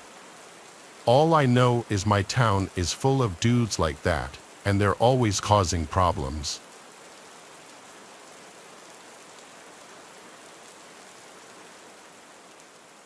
Years ago, I worked as a barista at a locally owned coffee shop that doubles as a popular venue for local artists and musicians to host all sorts of small-time gigs. Even today, it gets most of its business in the evenings during the open mics and stays open until 1 a.m. However, when I worked there pre-2020, they were open 24/7 from Thursday to Sunday. For the most part, everyone that worked there hated the graveyard shift. It was easy hours, but the tips were abysmal as barely anyone came in. As far as I was concerned, however, I didn't mind the lower pay. What I hated was being alone and running the only place that was still open for miles. The shop was in a good part of town, if not a little close to a bad part, but the fact of the matter is that there's really no such thing as a good side of town during these overnight hours, if we're being completely honest. I was advised to never keep more than $50 in the drawer during the graveyard shift for a reason. I was always afraid that somebody would drag me into the back of the store, so every time I was scheduled for the overnight shift, I asked one of my male friends to come hang out with me. The one guy who would help me more than anyone else was named Bob. It usually turned out to be a good time. I made some money, I slipped him some beers under the table, and of course, I felt much more comfortable not being a woman on her own. Bob would work on his laptop while I was busy, and we would talk when things were slow. We had been friends for a while, but we became close after spending a lot of time together. It was always platonic, though. Bob was also friends with many of my coworkers, and lots of us joked that Bob knew so much about the coffee shop that he might as well work there himself. But he always laughed it off and said his career in photography was more important, which we always gave him a hard time for. I didn't really think there would ever be any bad blood between us, and if there was, I was sure it would be because we slipped up and had an awkward one-night stand. But then came a slow Saturday night in the summer of 2019. I was working the last overnight shift of the weekend. I had worked the last 2 nights in a row without Bob because he had bailed on me to go to a wedding for one of his family members. I managed to get another friend of mine to fill in for him for Thursday and Friday, but on Saturday night, they were too tired and never showed up. I was anxious about being alone in the shop, but I knew I could manage. Thankfully, it was surprisingly slow that night for some reason, and by 3 a.m., I had only made $10 in tips. But I was glad I didn't have to deal with any crazy people. Unfortunately, that's when things took a dark turn. The shop was completely empty except for me. I was putting a batch of coffee into the roaster when, out of the corner of my eye, I saw a figure walk past the front window. I glanced over, but there was nobody there. I waited for someone to come around to the back door, which customers could also use, but a full minute had passed now, and nobody came. I stuck around by the register for a few more minutes, but after nobody showed up for a while, I decided it was time to mop the floors. I went into the back to fill up the mop bucket, and of course, as soon as I turned the faucet on, I heard somebody come in through the front door. I shouted that I would be with him in just a minute, then finished filling up the bucket and rolled it out behind the counter. When I got there, whoever came in had disappeared. I shrugged it off, just figuring they had gone straight to the bathroom, and then I started mopping behind the counter. The stranger's feeling hovered over me. I couldn't place what it was, but I knew something was wrong. The first thing I looked at was the drawer, but it hadn't been broken into. Even then, that would have been loud enough for me to hear over the running water. I leaned over the bar and checked the bathroom doors. The men's room door was closed, and the light was on, so I knew somebody was in there.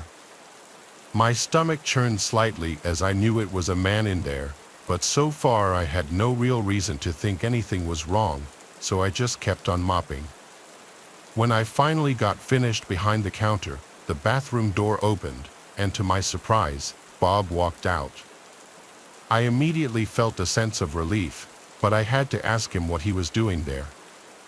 He explained that he had just gotten home from the wedding and thought he'd stop by and say hi. I was grateful that he decided to show up, so I told him he could have whatever he wanted on the house. I got behind the espresso machine and got to work pulling a shot. I packed the grounds into the portafilter and locked it into the machine, then looked over to say something to Bob. But whatever I was thinking of saying was immediately forgotten. His facial expression had gone from friendly to devilish in just a moment of time, and suddenly a wave of chills went through my body. "What are you doing?"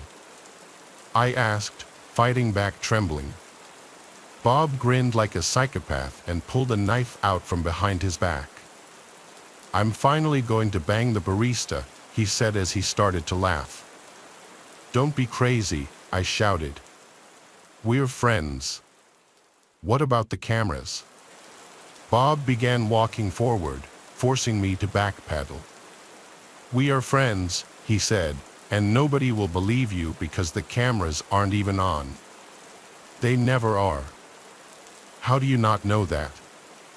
I knew at this point I was being pushed into the back of the shop, and my throat started to close up. It was also in that moment, when I looked for an exit, that I realized he had locked both the doors and turned the open sign off, keeping anybody from coming in.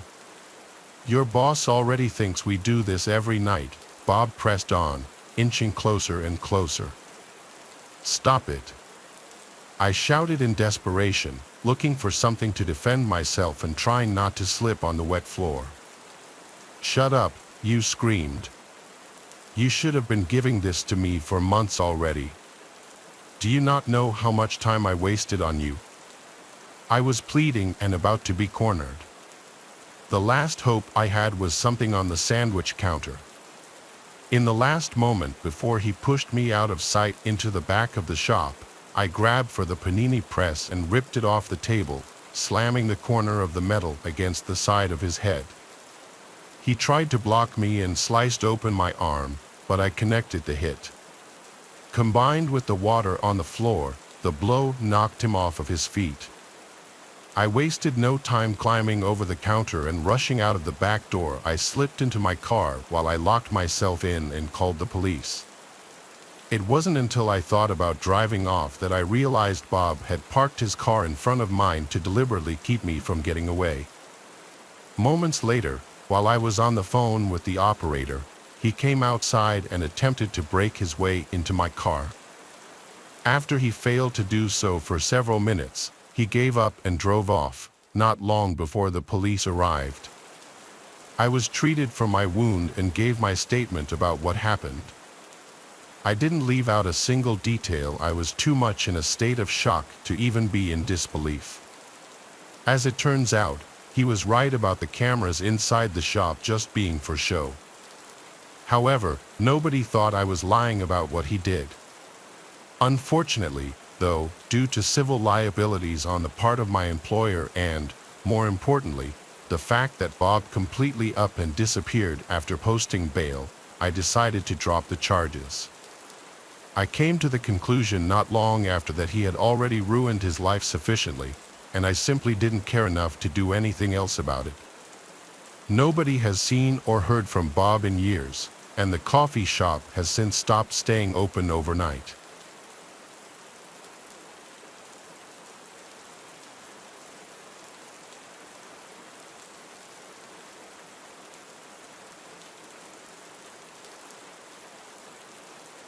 I've been a night owl my whole life, so I work night shifts exclusively. I really don't work well with other people, whether they're my coworkers or not, so I picked a job I could do completely on my own. I became a nighttime janitor for my local school district after I graduated from high school. Schools have always had nightly cleaning as part of health codes in most areas, but obviously, in recent years, it's become much more important. My first job was in a fairly large K through 12 school. There were a couple of daytime custodians as well, but at night it was just me and one other person splitting the school down the middle. My coworker and I barely ever interacted, which I appreciated a lot. Every single night, all the floors get mopped or vacuumed, every desk, table, and door handle is disinfected, and every toilet, urinal, and sink also gets cleaned. It takes a full 8-hour shift to accomplish, and for that entire time, I don't talk to a single person. It's great, honestly. Most of my coworkers are women, and they don't want me talking to them either. When I tell people about my job, a lot of them think the hardest part is cleaning up after the messes left by the students. For the most part, I guess they are right, but I always tell them I would rather plunge and clean 10 clogged and traumatized toilets every single night than ever have to work directly with another human being all day long, especially a horde of minors. These days, there's one example I give of why I say that. It was the night after Halloween. I came in for my usual shift and got started without even saying hello to my coworker. We started on opposite ends and met in the middle, so we would only see each other when we were finishing up. The first hour was mostly normal except for one obvious thing out of the ordinary. I always keep my music at a low volume on my headphones, but from outside them, I kept hearing things. Usually, all the other faculty are gone by 8 p.m., but sometimes there's somebody who stays late. I couldn't decide what I was hearing through my music, but I wasn't in the mood to turn it off, so I just ignored it. A little while later, I took a break from mopping to change the water in the bucket. I was gone for about 5 minutes, but on my way back to where I stopped, I walked past one of the hallways I had just mopped and noticed the wet floor sign had fallen over. For legal reasons, I had to step over the wet floor and stand it back up, then mop back over my tracks. Annoyed, I walked over to it but froze for a moment when something else caught my eye. There was another set of tracks in the water, leading to and from the sign. They were little footprints, something a kid would make. After I stood the sign back up, I followed the tracks, knowing I would have to mop over those too, basically redoing the whole hallway. The tracks ran all the way to the end, where there was a flight of stairs up to the second floor. From there, they dried up pretty quickly. I stormed up the stairs and got to the second floor, but nobody was there. I took my phone out of my pocket and paused my music so I would be able to hear if anyone was running around. Right as I looked down, I saw a flash of movement at the end of the hallway. I also heard a bunch of footsteps echoing across the empty school, so I started making my way to the end of the hall. By the time I got there, I still couldn't see anyone, but then I heard a little kid laughing. It felt like I was in a horror movie, but at that point, I was more annoyed than scared. I stood there looking around for a few seconds until I heard a crash from the first floor. I rushed downstairs and nearly flipped my lid when I saw the mop bucket I had just refilled was knocked over. The water was spilling everywhere in a huge pool. I absolutely swore my head off as I went back to the nearest janitor's closet for a dry mop and a bunch of towels. It took me half an hour to clean up that mess and then another 15 minutes to redo the hallway that got messed up, which meant my break was down to 15 minutes.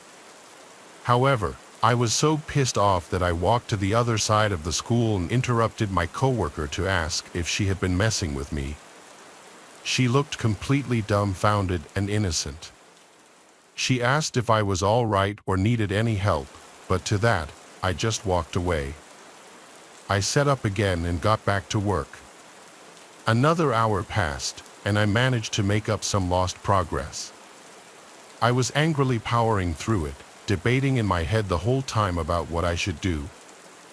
I thought about reporting it to the school or maybe just calling the police myself, but in the end, I figured I would seem crazy to everyone, just like I did to my coworker, so nothing happened. Again, until 11 o'clock, out of nowhere, the lights shut off in the whole school. It was pitch black for about 3 seconds until the emergency lights turned on, giving everything a reddish hue. It came as a shock to me, and to be honest, I was worried. I tried to tell myself it was a malfunction or maybe some kids messing around, but my mind was going to all sorts of possibilities. I had keys to the electrical room where the light switches were, and I was the closest to it, so I stopped what I was doing and marched over. I was pissed off about losing more time and missing out on my entire break. But halfway there, something pushed those concerns out of my head. I heard the most blood-curdling scream of my life, the panic shriek of my coworker echoing endlessly. I stopped in my tracks, feeling like I had just been hit by an electric shock. Seconds later, I heard the sound of a door opening really loudly, like someone was ramming through it from the inside. I hoped it was my coworker escaping and not somebody else making their way into the school. I forced myself to keep going and finally made it to the electrical room. I was right outside the door trying to find the right key when I noticed that it was already cracked open. I pushed it open slowly, afraid of what I might see, and a shape appeared in front of me, standing unnaturally in the darkness. My blood ran cold. It could have been anyone. I gave up on trying to turn on the lights and instead reached over for my phone in my pocket.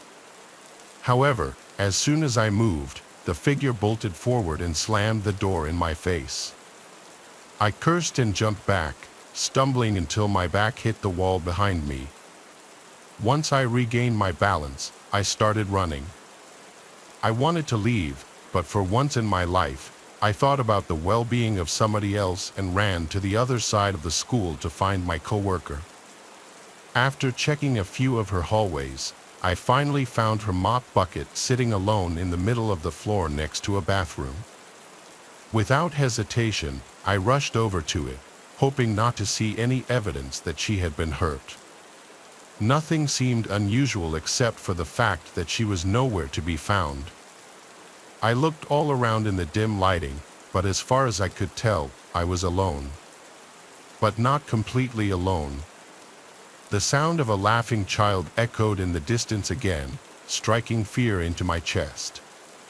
I clutched the handle of the mop, for lack of anything else to defend myself with, and lifted it out of the bucket, holding the end of the handle out like a spear. I faced the direction of the laughter, looking down the hallway so intently I got tunnel vision. In a moment of sheer terror, someone whispered, "Hello," into my ear. I turned around and, without thinking, jabbed the handle of the mop into their chest with all my might. I heard a grunt as the person who snuck up on me hit the ground and vomited only a second later. I shouted at them to tell me who they were, but then they started to cry. I could tell they were trying to hold it back, but they couldn't. Gradually, my eyes made out what I was looking at. It was a student kneeling on the floor. Suddenly, all my fear of danger was replaced with the fear of losing my job for hitting a student. However, as things shook out over the next few days, it turned out all right. Two twins in the 9th grade and their little brother got the idea to keep the spirit of Halloween going and prank the overnighters in the school by hiding in the lockers. There was one set of lockers in the whole building that wasn't in use and had no locks or ties on them, and those kids were skinny enough to fit in there and hide. After doing their after-school activities, they managed to avoid being expelled, probably from crying a lot. The school district understood my actions and let me keep my job, but I was transferred to a different school. All in all, this is why I don't like people, especially kids.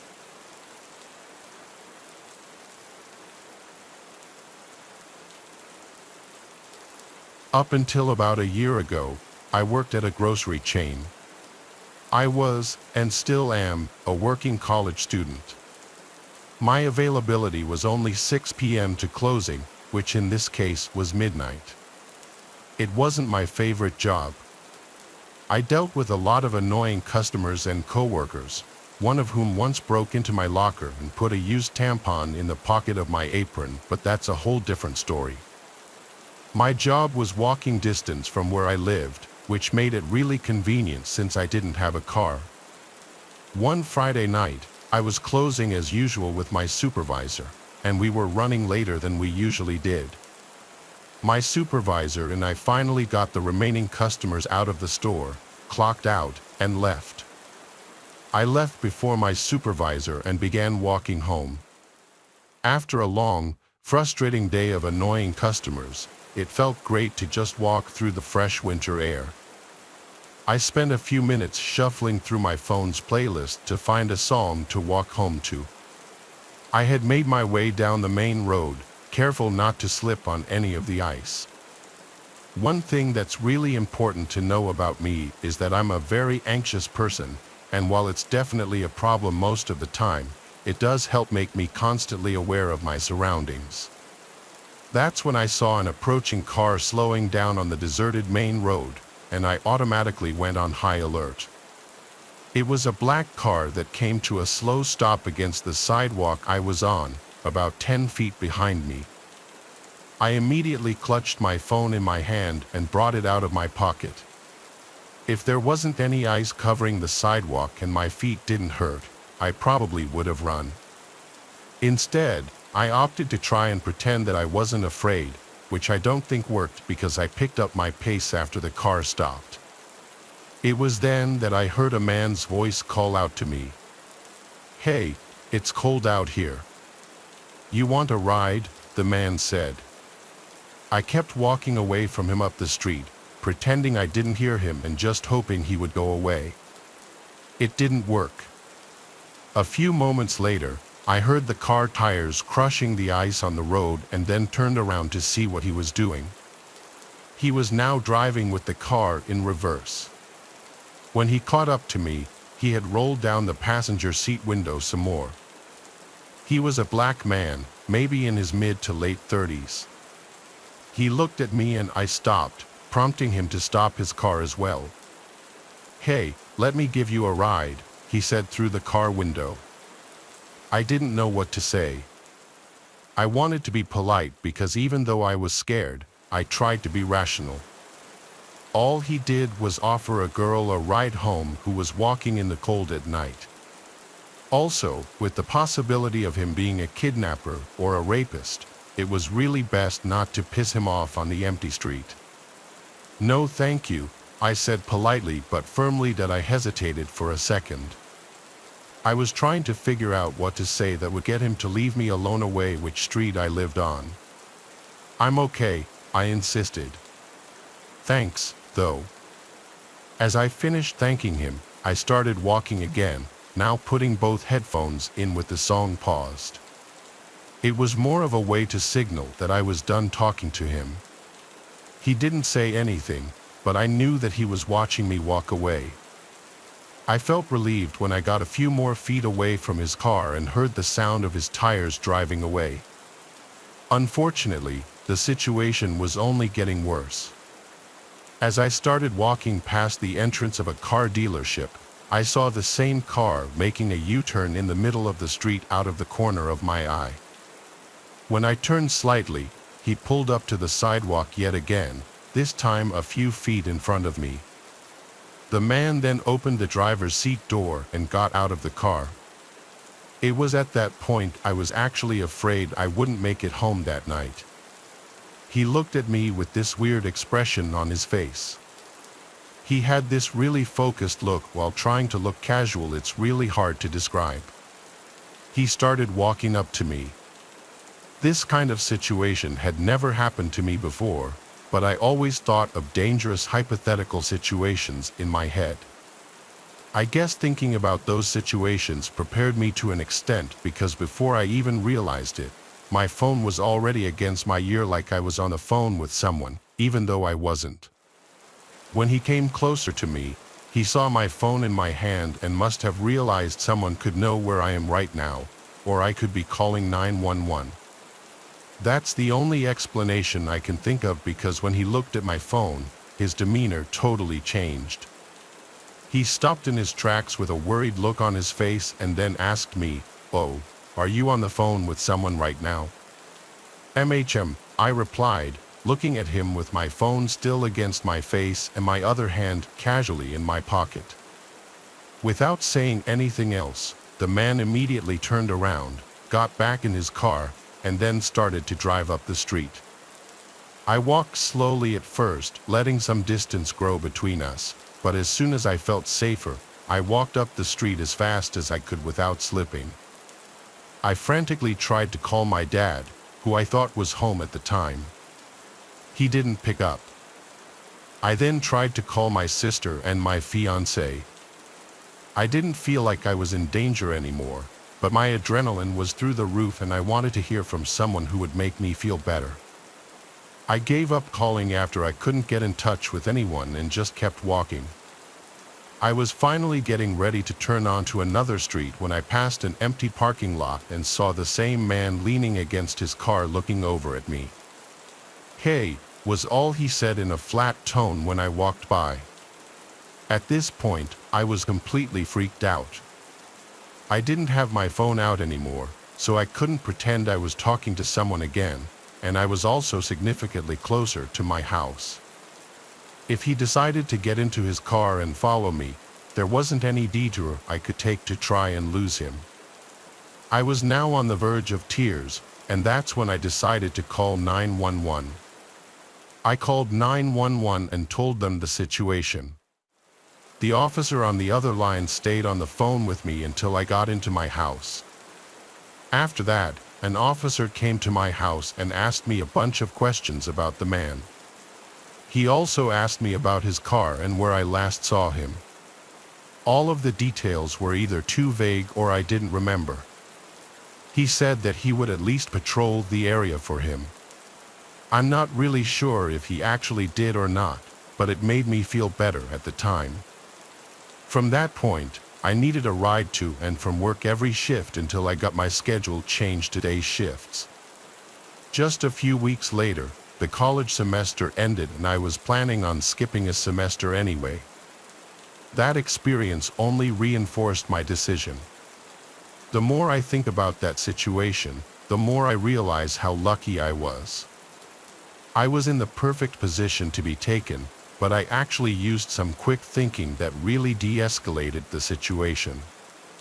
I moved in with my fiancé, and now I have a pocket knife and pepper spray for whenever I walk home at night from my new job. It's something to remember. If you haven't called 911, if you don't have anything to defend yourself against someone, either let someone know where you are or pretend that they know where you are. It can potentially save your life.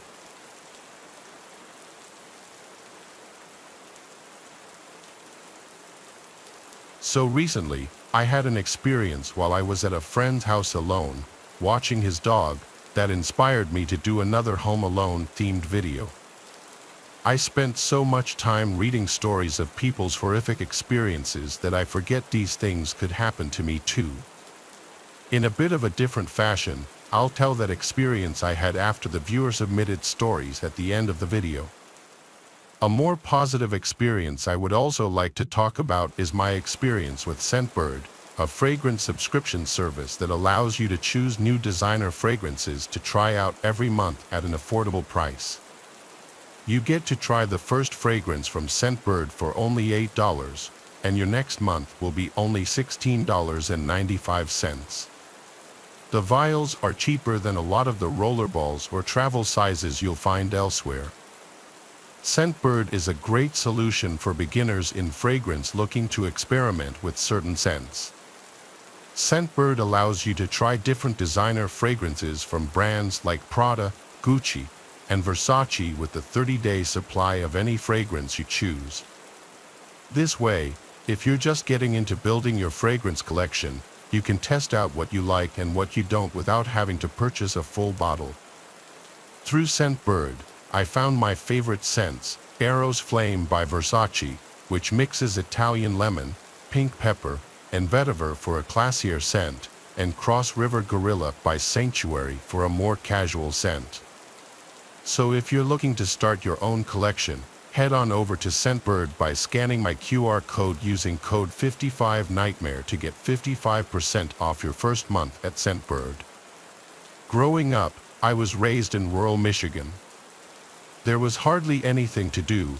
If you like staring at trees and crops and lots of alone time, that was the place to be.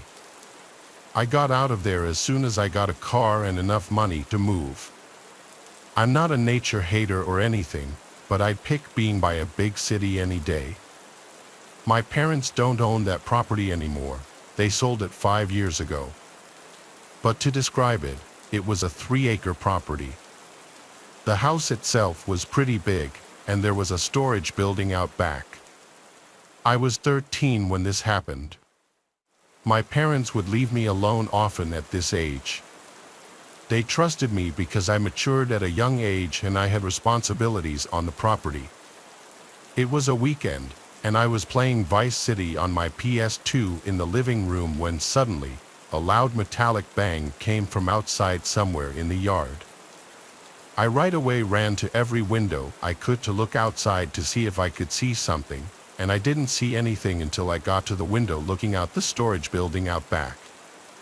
The door to it was completely open. I went immediately to grab the rifle from the closet and go outside. I made my presence known, shouting, "Who's in there?" to no avail. When I got to the door, I made it known I had a gun before looking inside. There was a bunch of stuff in there, from the sit-down mower to the quad to infinite little lawn care items. Someone could have been hiding behind any of that stuff. Even as a kid, I didn't scare easily, but at that moment, I got really unsettled. So I closed the door to the building and went back inside the house. I locked the door and then sat at the window for the longest time, watching the storage building, expecting the door to open at any second. That door was heavy and impossible to just open by itself. It was simply a fact that someone came and opened it. Whether they were still inside of the building, I wasn't sure. I decided to go call my dad and ask his opinion. I went to the kitchen to the landline phone and called my dad's cell phone. He didn't pick up, so I left a voicemail. This was back when you'd still have to leave someone a voicemail because texting wasn't mainstream. After that, I went back to sitting next to the window, but now I put on a TV show in the background to make this less monotonous. I took the phone with me. I was probably about to give up when I heard creaks from upstairs. My heart was now in my throat. I had to ask myself the big question: was I working myself up or was someone here? I had a serious guard dog mentality. Even if I didn't love that place, I saw it as mine, my family's. I had to protect it, but I was in over my head. I grabbed the rifle again and walked upstairs. I didn't say anything. Calling out would only make a potential intruder know that I heard them. I made it to the top of the stairs and I turned on the light for the upstairs hallway. There were 5 doors to open, all of them closed. 4 led to bedrooms, 1 led to the bathroom. Each door had a decently large crack underneath that would allow you to see looking out the crack under the door where the creak in the ceiling came from the side of the house my parents' bedroom was on. I got down on my knees and looked under the crack of the door. I saw 2 bare feet facing the other side of the door. I felt my stomach twist into a knot. The reality of the situation just became so much more real, and I realized I wasn't ready to threaten or, God forbid, shoot someone. I got up and quickly went downstairs, hiding in the bathroom to call my dad. He still didn't pick up. I left another voicemail and then called again and again. He never picked up. He must have had his phone set down somewhere. I finally called 911, as I should have done right away, and I whispered into the phone the whole time, detailing exactly what was taking place. I was told to sit tight in the bathroom and not say a word. I heard footsteps coming down the stairs, and then they approached the bathroom door as if whoever it was somehow knew I went straight to the bathroom. The footsteps stopped outside the door, and there was a brief pause before a deep voice said, "What's up, kid?" I still remember the voice and those words so vividly. If I heard that voice today, I'd still recognize it immediately. I almost wanted to cry, that's how scared I was. I disobeyed what the operator told me and spoke. I said loud and clear, "I'm on the phone with the cops right now, and I have a gun." I put the operator on speaker as she was asking me if everything was okay. The man attempted to open the door, and when he realized it was locked, I heard him walk away. I heard the footsteps fade to silence, and then the sound of a door slamming. It was the sound of the back door, I'm sure. I breathed a sigh of relief, and from there on, I waited for the police to arrive. When they did, I felt like £1,000,000 had just lifted off my shoulders. After a thorough inspection of the house, inside and out, confirming that the man was gone, they asked if there was anywhere else I could stay that night, and I said yes, my uncle's house. We contacted my uncle, who came and spoke with the police, then he took me back to his place. The thing that haunts me the most is that it was my fault. I could have prevented this. I left the door unlocked as I went to the storage building to investigate. Clearly, that's when the man simply walked right into the house. Even with a rifle in my hands, I didn't feel safe at all. It was truly the most horrific experience of my life.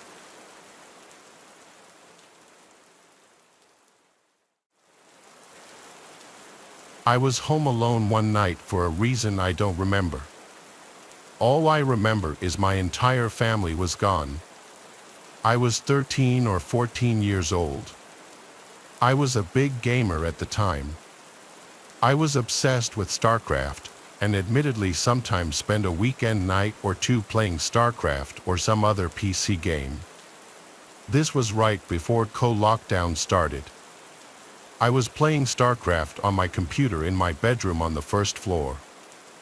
That's when the doorbell rang twice. I hurried to the door, not wanting to be away from the game for too long, in fear of losing.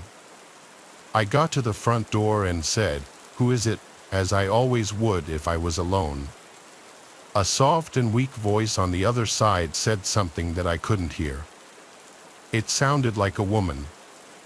I opened the door with the storm door still separating me and this older woman standing on the other side with a big smile on her face. She had her hands behind her back. I said through the door, "Can I help you?" She said she needed to use a phone and asked if she could come inside. Ever since I was a little kid, I was always taught not to let a stranger into the house, ever. That included women. I felt so awkward, though. I didn't know how to turn her away. I redirected her to the library a few blocks down because they'd surely have a phone. Deep down, I knew the library was closed at this point, but I was just trying to get this stranger who was trying to get into my house to leave. She was still smiling, but what she said next did not match her smile. She said, "That's very rude to turn away an old lady asking for help." I replied the only way I could think to, and that was that my parents don't allow strangers into the house. It's a house rule. I slowly started closing the door as I was saying sorry, and she just stood there, not moving, but still smiling at me. And though her smile never changed, it suddenly felt much more menacing. I was walking back to my room when the doorbell rang again. There was no way in hell I was opening the door again. That woman radiated weird vibes from the start. Maybe something was wrong with her. Maybe she wasn't all there. These were things I had no way of knowing, and maybe that was selfish of me to send her on her way, but I just wasn't opening the door for anyone when I was home alone. I went back to my game, not too long after I sat back down. I heard something tapping on the window. It was a clinking type sound from something metal. The window was directly in front of my desk. I had the blind pulled down, so I couldn't see what was making the noise, but I already had an idea. My room was the only room with a light on in the house. The horrible thought that it was the old woman from just before, and that she walked over to my window, terrified me. I turned off the sound on my computer at this point. I didn't care about my game anymore. The clanking sound on the window persisted.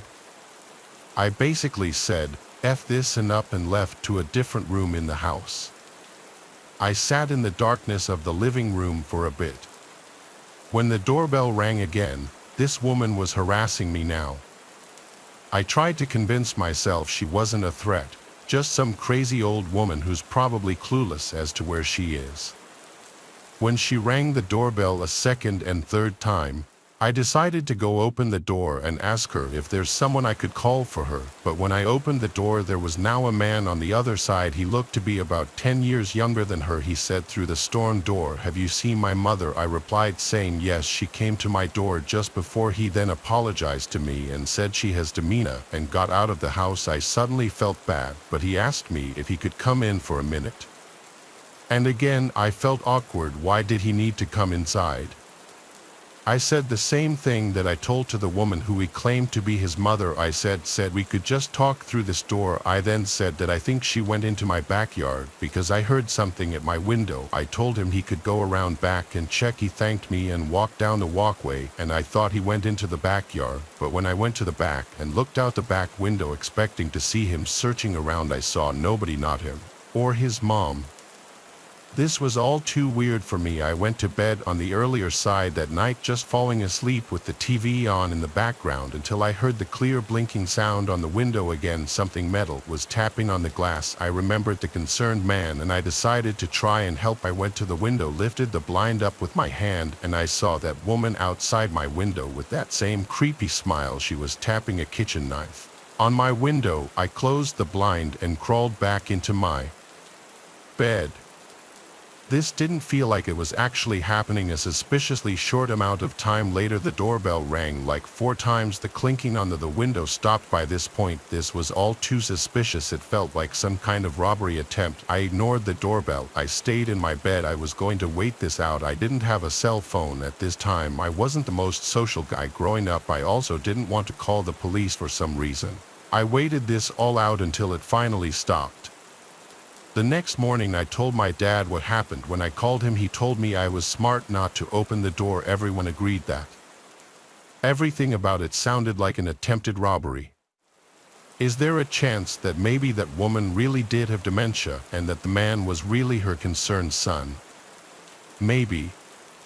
But it all seemed too coordinated. Why did he want to come into the house too? How did he even know she came to my house specifically? Why didn't he ever go into the backyard to look for her when I gave him permission to do so? Too many unanswered questions that lead me to believe I avoided something terrible happening if I opened that door.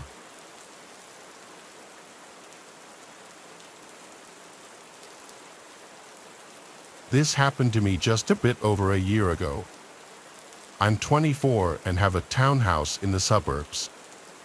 I live alone, which for me gets really boring, so I try to have friends over whenever I can.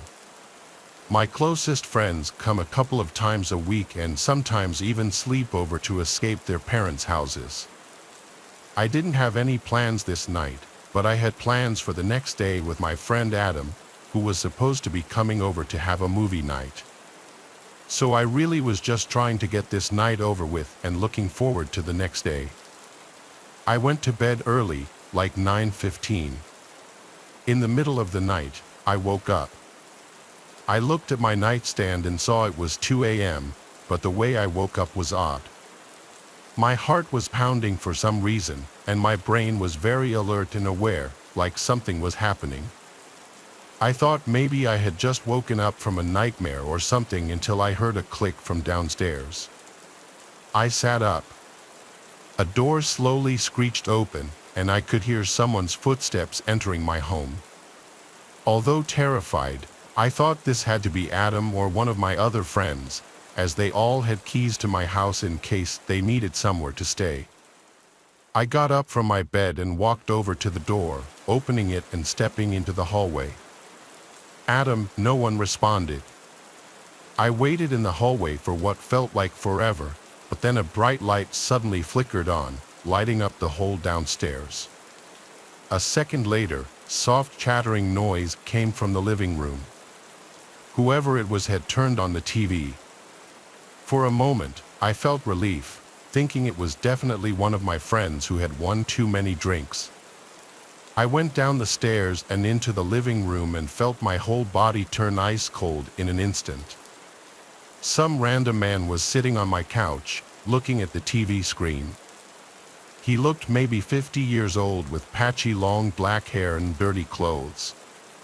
As I stared at him in fear, he glanced over at me and showed a crooked smile, then waved his hand as if to invite me over to the couch.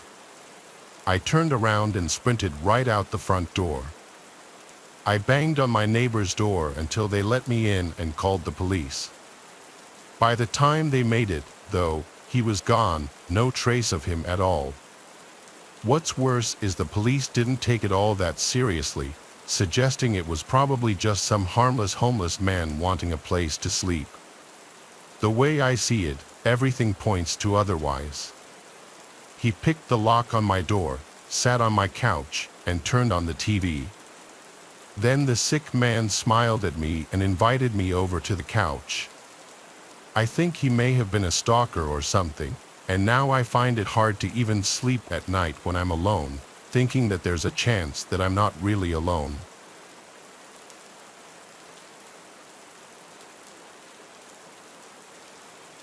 My wife and I take yearly vacations to different places. It's our way of taking a break from regular everyday life as well as getting to spend some quality time together. This year, we had a cabin booked in Washington State. It was far out and described online as being quiet and peaceful, away from any other places or people. Most of our life is in crowded cities, so this sounded great for us. When we flew in, we walked to a grocery store to pick up what we needed, then took a taxi out to the cabin. We didn't rent a car because we knew we'd only be there for 3 days, so we wanted to spend it just at the cabin. If we changed our minds or needed anything else, we could always just order an Uber. The taxi ride was just over an hour from the town we landed in. Most of the drive was between huge mountain ranges and tree-covered landscape. It was really beautiful and got us both excited for our stay. Then at just about 7 p.m., we arrived at the cabin. It was completely alone in the middle of the forest. Even the driveway leading to it wasn't much more than some tire tracks in the dirt. We got out, paid the taxi, then brought our stuff inside. The cabin itself was small. There was the main floor that had the kitchen and living room, with a ladder leading up to a loft area that had the bed in it. The bed area on the loft was short, though. You literally had to crawl into the bed, kind of like one you'd see in a tiny home. Anyway, we unpacked the groceries and made a very quick dinner since we were tired from the flight. Then we opened a bottle of wine to settle in for the night. We lit up the fireplace and chatted about how we were looking forward to the next few days. It was around 11 p.m. at this point, and as we talked, we both suddenly heard something outside. Someone was walking in the grass near the cabin. It was loud too, like they were really close. My wife looked nervous, so I tried to put a brave face on and told her it was fine. I got up and looked out the window. It wasn't until then that I realized how dark it had gotten outside. I looked around, seeing nothing but large trees everywhere and pitch-black darkness around them. I told her I didn't see anyone, then went over to the front door and opened it, stepping onto the porch and turning on the outdoor lights. All I could really see out there was a small portion of the driveway, but I didn't see anyone there either. The forest was very calm and quiet too, so if they were still walking around, I felt like I would have been able to hear them. I went back inside and asked my wife if she heard the footsteps anymore, but she said the sound didn't seem to fade out. It just stopped suddenly from somewhere behind the cabin. My brave act was starting to fall through, and I told her to go up to the loft and stay quiet while I figured out what was going on. I went around and checked all the windows again, not seeing anything. So, I went back to the front door. I was preparing myself to go back outside when a sudden thump shook the cabin. I looked up at my wife, who was looking up at the ceiling. Someone was on the roof of the cabin. I stayed inside and called the police, going over lengthy directions on how to get to the cabin we were at. Over the course of the hour that we had to wait, we could occasionally hear a few footsteps walking across the top of the cabin. About 45 minutes into the wait, though, we heard their boots hit the ground, followed by them calmly walking away. I looked out the window once more, seeing their outline disappearing into the forest. Police took our report and gave us a ride into town, where we spent the rest of our vacation. What that person was doing miles away from civilization in the middle of a forest is terrifying, seeing as they were likely waiting for us to either go to bed or go outside. We're just thankful that we got out of there before something else could have happened.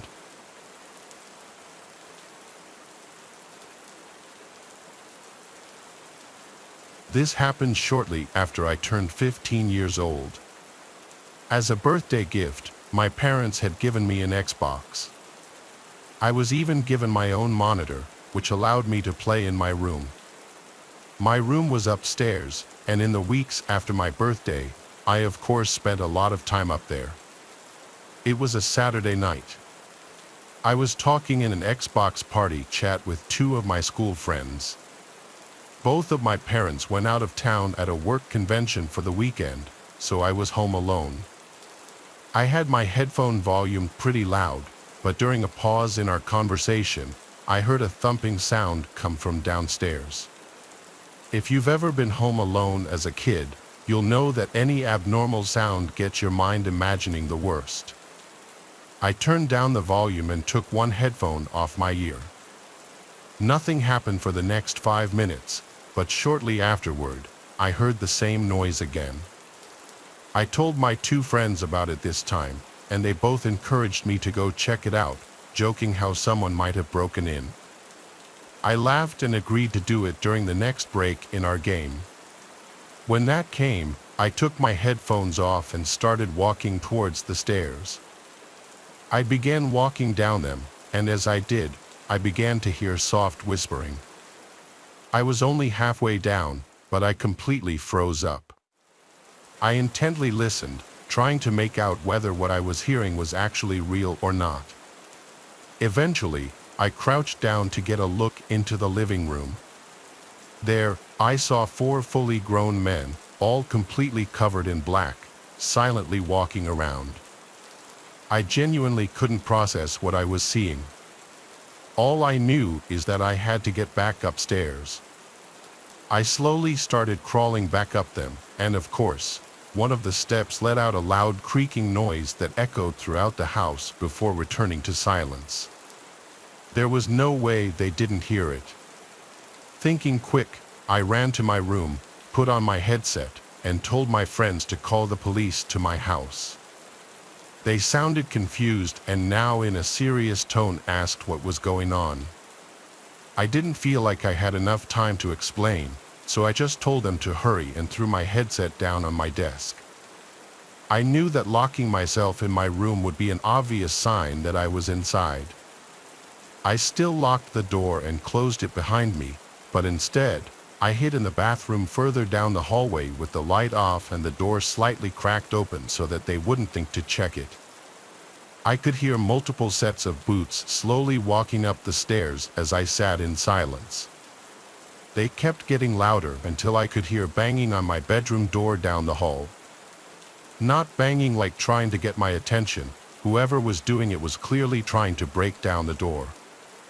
Voices started yelling out, saying things like how I needed to open the door if I didn't want anything bad to happen to me.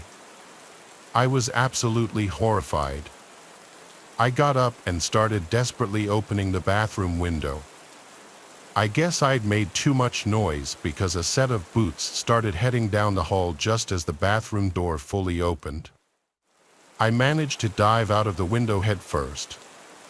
I landed badly on my neck but still managed to look back up at the bathroom window. A silhouette stood motionless, looking back at me. That's when the backyard door slid open and 3 men came running out towards me. I tried getting up to run, but I couldn't in time. All 3 of them started grabbing me and pulling me back towards the house, but this was interrupted by the distant sound of police sirens. The 3 of them stopped and looked up at each other. They then sprinted to the backyard fence, climbed it, and I never saw them again. A few moments later, the police showed up in the backyard. I told them which way the men had gone, to which a couple of them started off in that direction while another stayed with me. The only man that was caught that night was the one inside the house. The other 3 that ran were never found. As police were asking me questions, my 2 friends who I was playing Xbox with pulled into the driveway on their bikes. Even to this day, I still routinely thank them for calling the cops, as it likely saved my life. Found left behind in the house were 4 different knives and a couple of fully loaded pistols.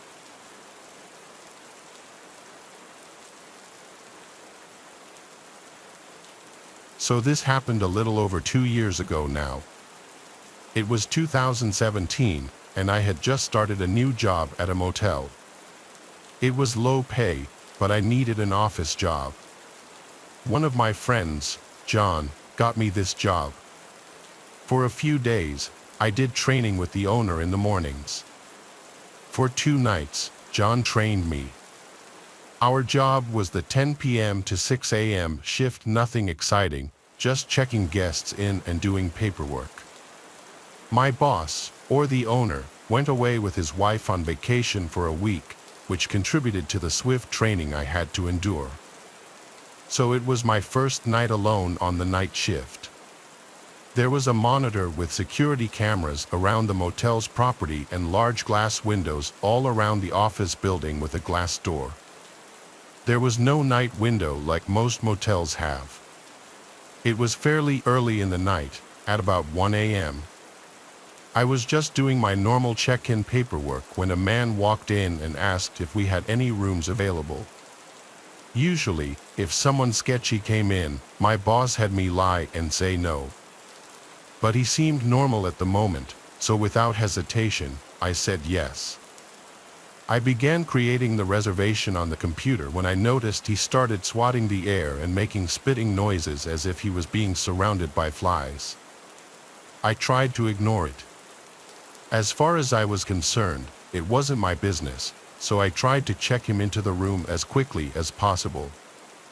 I gave him his key, and he was on his way. At this point in time, I could be described as very timid. I had a lot going on in my personal life, so I hope you can all understand my reaction to what happens next. The man came back from his room and slammed his hand on the glass door, causing me to jump, absolutely frightened. I looked up to see him just staring at me. He cracked the door and put his head through and said, "I can't get into my room. Why won't you let me into my room?" And my only defense is trying to be helpful, so I replied, "Maybe there's something wrong with your key. Let me give you another one." The look he had in his eyes was inexplicable. I felt like I was in absolute danger. I handed him his new key, and he went back to his room. I tried texting John because he's the one who trained me, though it was the middle of the night and he was asleep. I needed some guidance. With no reply from John, I noticed the man trudging down the stairs to come back. I went into absolute panic mode. I ran into the back office, locked the door, and pulled out my pocket knife. It's important to keep protection when working at night. I heard the man in the office yelling, "Hello? Hello? Why won't you let me into my room? Do you not like me?" Being an absolute idiot and not standing my ground or just calling the police when I was feeling scared, I decided to take the situation on alone. I replied, "I'm just on the phone. I'll be right out." I then started calling John over and over for help. No answer. I decided to take a few breaths and then step out of the office. The man was not there. He was in the bathroom. I started hearing him talking to himself angrily, saying, "Kill her, kill her." My heart sank. Still being an idiot and not calling the police, he came out, and I said, "Your key was broken. I'm sorry. Let me escort you to your room." He agreed. Thankfully, I was wearing a long-sleeved sweater, so with my arms down, I was able to hide my knife in my hand while holding it. I began to walk outside, and he seemed insistent on walking behind me. We began making our way to the staircase and up towards his room. I was sweating from how nervous I was, continuously looking behind me to make sure he wasn't going to make a move. He stopped at a room, and I stopped at his room a few doors down. I smiled and said, "Oh, that's the wrong room. This is your room," as it was clearly said on the door. This whole time, he was going to someone else's room and trying to open the door. After letting him into his room, I quickly ran back to the office and locked the door. I found out there was a lone woman staying in the other room he was trying to get into. The next guest I checked in was a police officer from a few towns over. I felt bad for confiding in him about the guy, but he seemed willing to keep an eye and ear out. The next night, the man came back, but I had the doors locked and told him we were all booked up. I explained to my boss what happened when he got back from vacation. However, he didn't take it very seriously.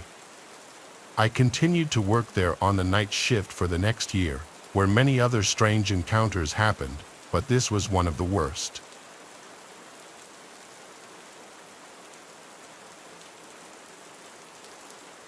I was working as a waiter at Waffle House, choosing to work the third shift because I had the best hourly pay and brought in pretty good tips due to us being the only 24/7 diner in the entire town. It took me about a year to save up enough money to rent a place in the city and get out of the middle of nowhere, but in that time, I saw quite a few things that still stick with me to this day. By and large, most of the customers I had were truckers and other random people traveling on the interstate through the middle of the night. The town was just a stopover point, not a destination. The so-called locals consisted of farmers and ranchers from the surrounding area, and anyone else like me worked in the fast food and hotel chains clustered around the interstate exit. The final and yet most characteristic residents of that depressing cesspit of a town were the vagrants, hitchhikers, tweakers, and destitute opportunists that had been stranded with us. They could be stuck there from anywhere to a few days to several years, clinging to the parking lots and awnings that were the only meager shelter for dozens of miles in any direction, panhandling for whatever they could until they got lucky enough to get a ride to somewhere else. Really, the only stressful part of my job was dealing with these people. In the beginning, I tried to be empathetic. After all, they are human. However, it didn't take long to end up like my usual coworker, the cook who had been there for 10 years and had seen just about everything. His name was Tony, and the only thing separating him from them was a steady position at the grill. Nobody ever got a chair thrown at them, as far as I know, but Tony was prone to throwing turners and other utensils at anyone who got on his bad side. I usually followed his lead based on his body language. He knew who was trouble and who wasn't. However, even with Tony as a reliable backup, things sometimes got out of hand. There was this one night that I'll never forget. I don't remember what day of the week it was, but all I know was that it had been unusually slow that night. It was around 3 a.m. when this guy walked in, and even I knew something was not right about him. He was wearing soiled clothes and a completely torn-up jacket, covered head to toe in dust, and he was in a completely panicked state of mind.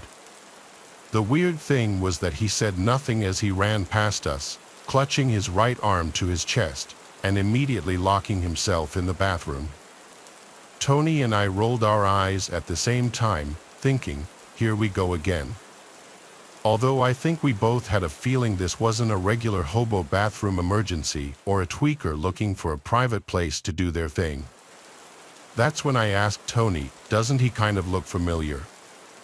He brushed it off at first, but then after a short conversation, we realized that he had been inside about 2 hours ago, desperately asking all the customers for rides until eventually, we had to kick him out for being a disturbance.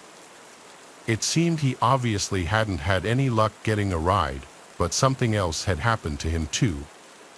I became worried. If that guy needed help, it would be a while before an ambulance could get to him and even longer for them to take him to a hospital. Tony told me to take care of it, so I ran to check on the only customer we had in the store at the time and got them on their way. When I took the bathroom keys and went to check on our stranger in distress, I knocked on the door pretty loud. I asked if everything was okay. There was a pause, then finally a distraught voice answered me, I think I'm really hurt.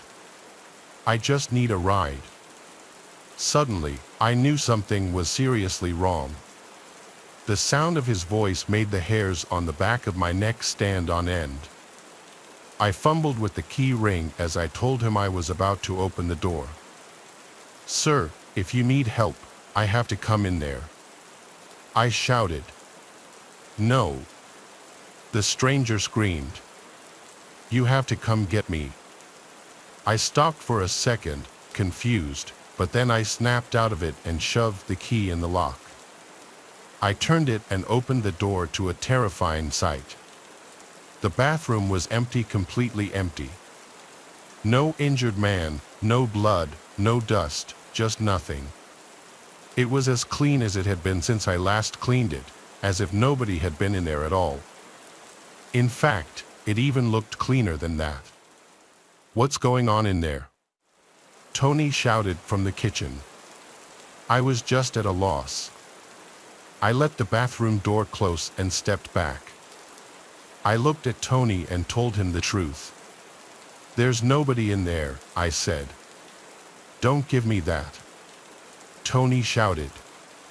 See for yourself. I told him, and he did. He stormed over and barged through the bathroom door. I saw him go blank, just like I did when he saw it, the impossible absence of a person. He turned around and looked inside the women's room too, but again, nothing. Nobody in there. In raw disbelief, we gathered ourselves behind the counter. We interrogated each other uselessly, thinking one of us must have let him slip by unnoticed. However, we both knew we had been on high alert since the second he came in. There was no way either of us would have missed him leaving within a fraction of a second. Our conversation ended abruptly when we both saw the same thing out of the corner of our eyes. The stranger was somehow outside, looking at us through the window. He still had his right arm stuffed out of sight, but now, as we got a better view of his face, we saw that wasn't his only problem. His face was bloody, like he'd been hit with a brick. His nose was broken, his lip was split and missing a piece, showing us his cracked and missing teeth. One of his eyes seemed completely swollen over, but the one that was open was gushing blood. Tony and I didn't move a muscle. We didn't even breathe for a second. After a few horrible seconds of realizing what was happening, I finally thought to call 911. But as soon as the idea occurred to me, the man started to move. He turned to the side and started to limp across the big front window. We watched him in silence as he made it all the way to the corner of the window, where it wrapped around to the other side. What the hell? I whispered, only for Tony to quickly shush me.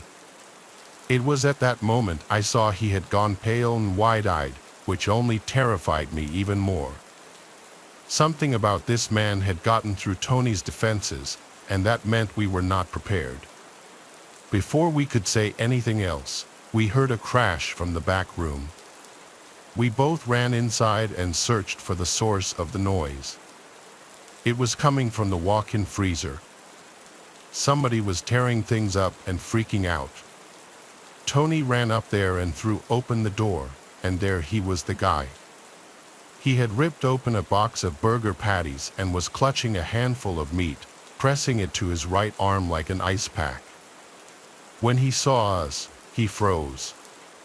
The patties dropped from his hand and revealed the condition of his arm. His hand was stuck in a thumbs-up position, but his wrist had been snapped clean off, and his hand was dangling from the rest of his arm by a thread of skin. After a terrifying moment of deer-in-headlight stares, the stranger bolted from the freezer, crashing through both me and Tony. He sprinted outside, screaming, before we had a chance to react. I stumbled to my feet as Tony ran out to the dining area, locked the front doors, and switched off all the lights. Then he pushed me back into the back room and started yelling at me. "How could you leave the back door unlocked?" he yelled. "No, look.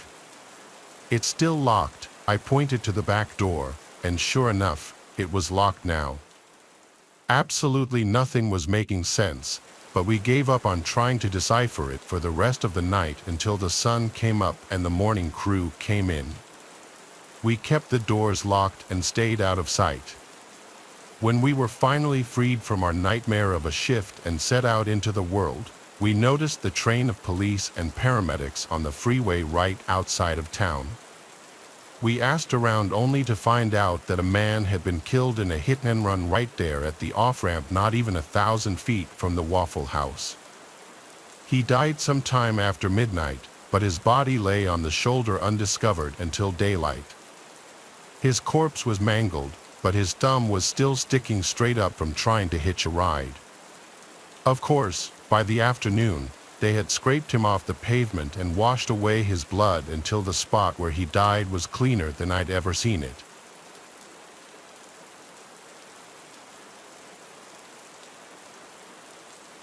My name is Maury. I'm from the USA.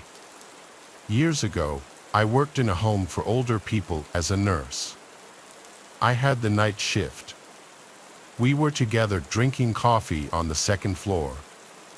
All of a sudden, we heard a loud bang, so we thought a client had fallen. We decided that I would take the second floor and my colleague would take the first. Maybe we could find out what happened. While my colleague walked down the stairs, I looked at the monitor, which was on the second floor, and I saw someone in the department on the ground floor. He was inside the closed apartment. You could walk in over there, but you needed a code to get out. People with dementia lived there. We watched for a while, and the guy was stuck, he couldn't get out. We decided to go inside a room on the second floor of one of our clients because you needed a special key to go inside. We thought that was safer. We explained to her what was going on. She was perfectly capable of understanding the situation, and of course, we called 112. I explained the situation, and they told me they would come right away. I called my husband, who also had the night shift as a security guard in another town not too far away from us. He was just talking with the cops while I called 112 and said they were on their way. When I hung up, I looked outside and saw that guy climbing out the window. So I called back. They asked if something had changed. The police arrived, and we did a walk with them throughout the whole building. The guy broke the door in the kitchen. His stuff to break the door was there on the ground. The police couldn't really do much. I don't even know if they found the guy. Later that day, we heard that they were riding around the building 2 hours before the guy went in, and the guy had walked all over the ground floor, all while we were having our coffee on the second floor. That's a pretty scary thought. The next day, I had one more night shift. Though I don't have that much to fear, it was still pretty scary. So I asked if I could bring my 2 dogs. We had 2 golden at the time, and they were actually okay with that. So I brought them with me the next night. Nothing happened. The dogs walked with me the whole night, and of course, I let them outside now and then to do their thing. The other night, 2 other colleagues had the night shift, and guess what? They came back. They had robbed the safe. I always thought that the guy we had was just looking around to see if he could get away, but they had planned to come back for the safe the next night. But I'm guessing the 2 golden scared them off. I wouldn't go inside if there were 2 dogs like that either if I didn't know them. Later on, I always brought my dogs if I ever did the night shift over there. Most colleagues would be happy if they worked with me because they felt safe with the dogs, and so did I. The funny thing was that the dogs knew the route we always walked. After a few times, I didn't even put their leash on, they just knew. If we needed to help a client, they just waited in the hallway until I was done. A few clients knew it because I told them, knowing that they loved dogs. So when they needed our help, the dogs went with us in their apartment. Both the dogs and clients loved that.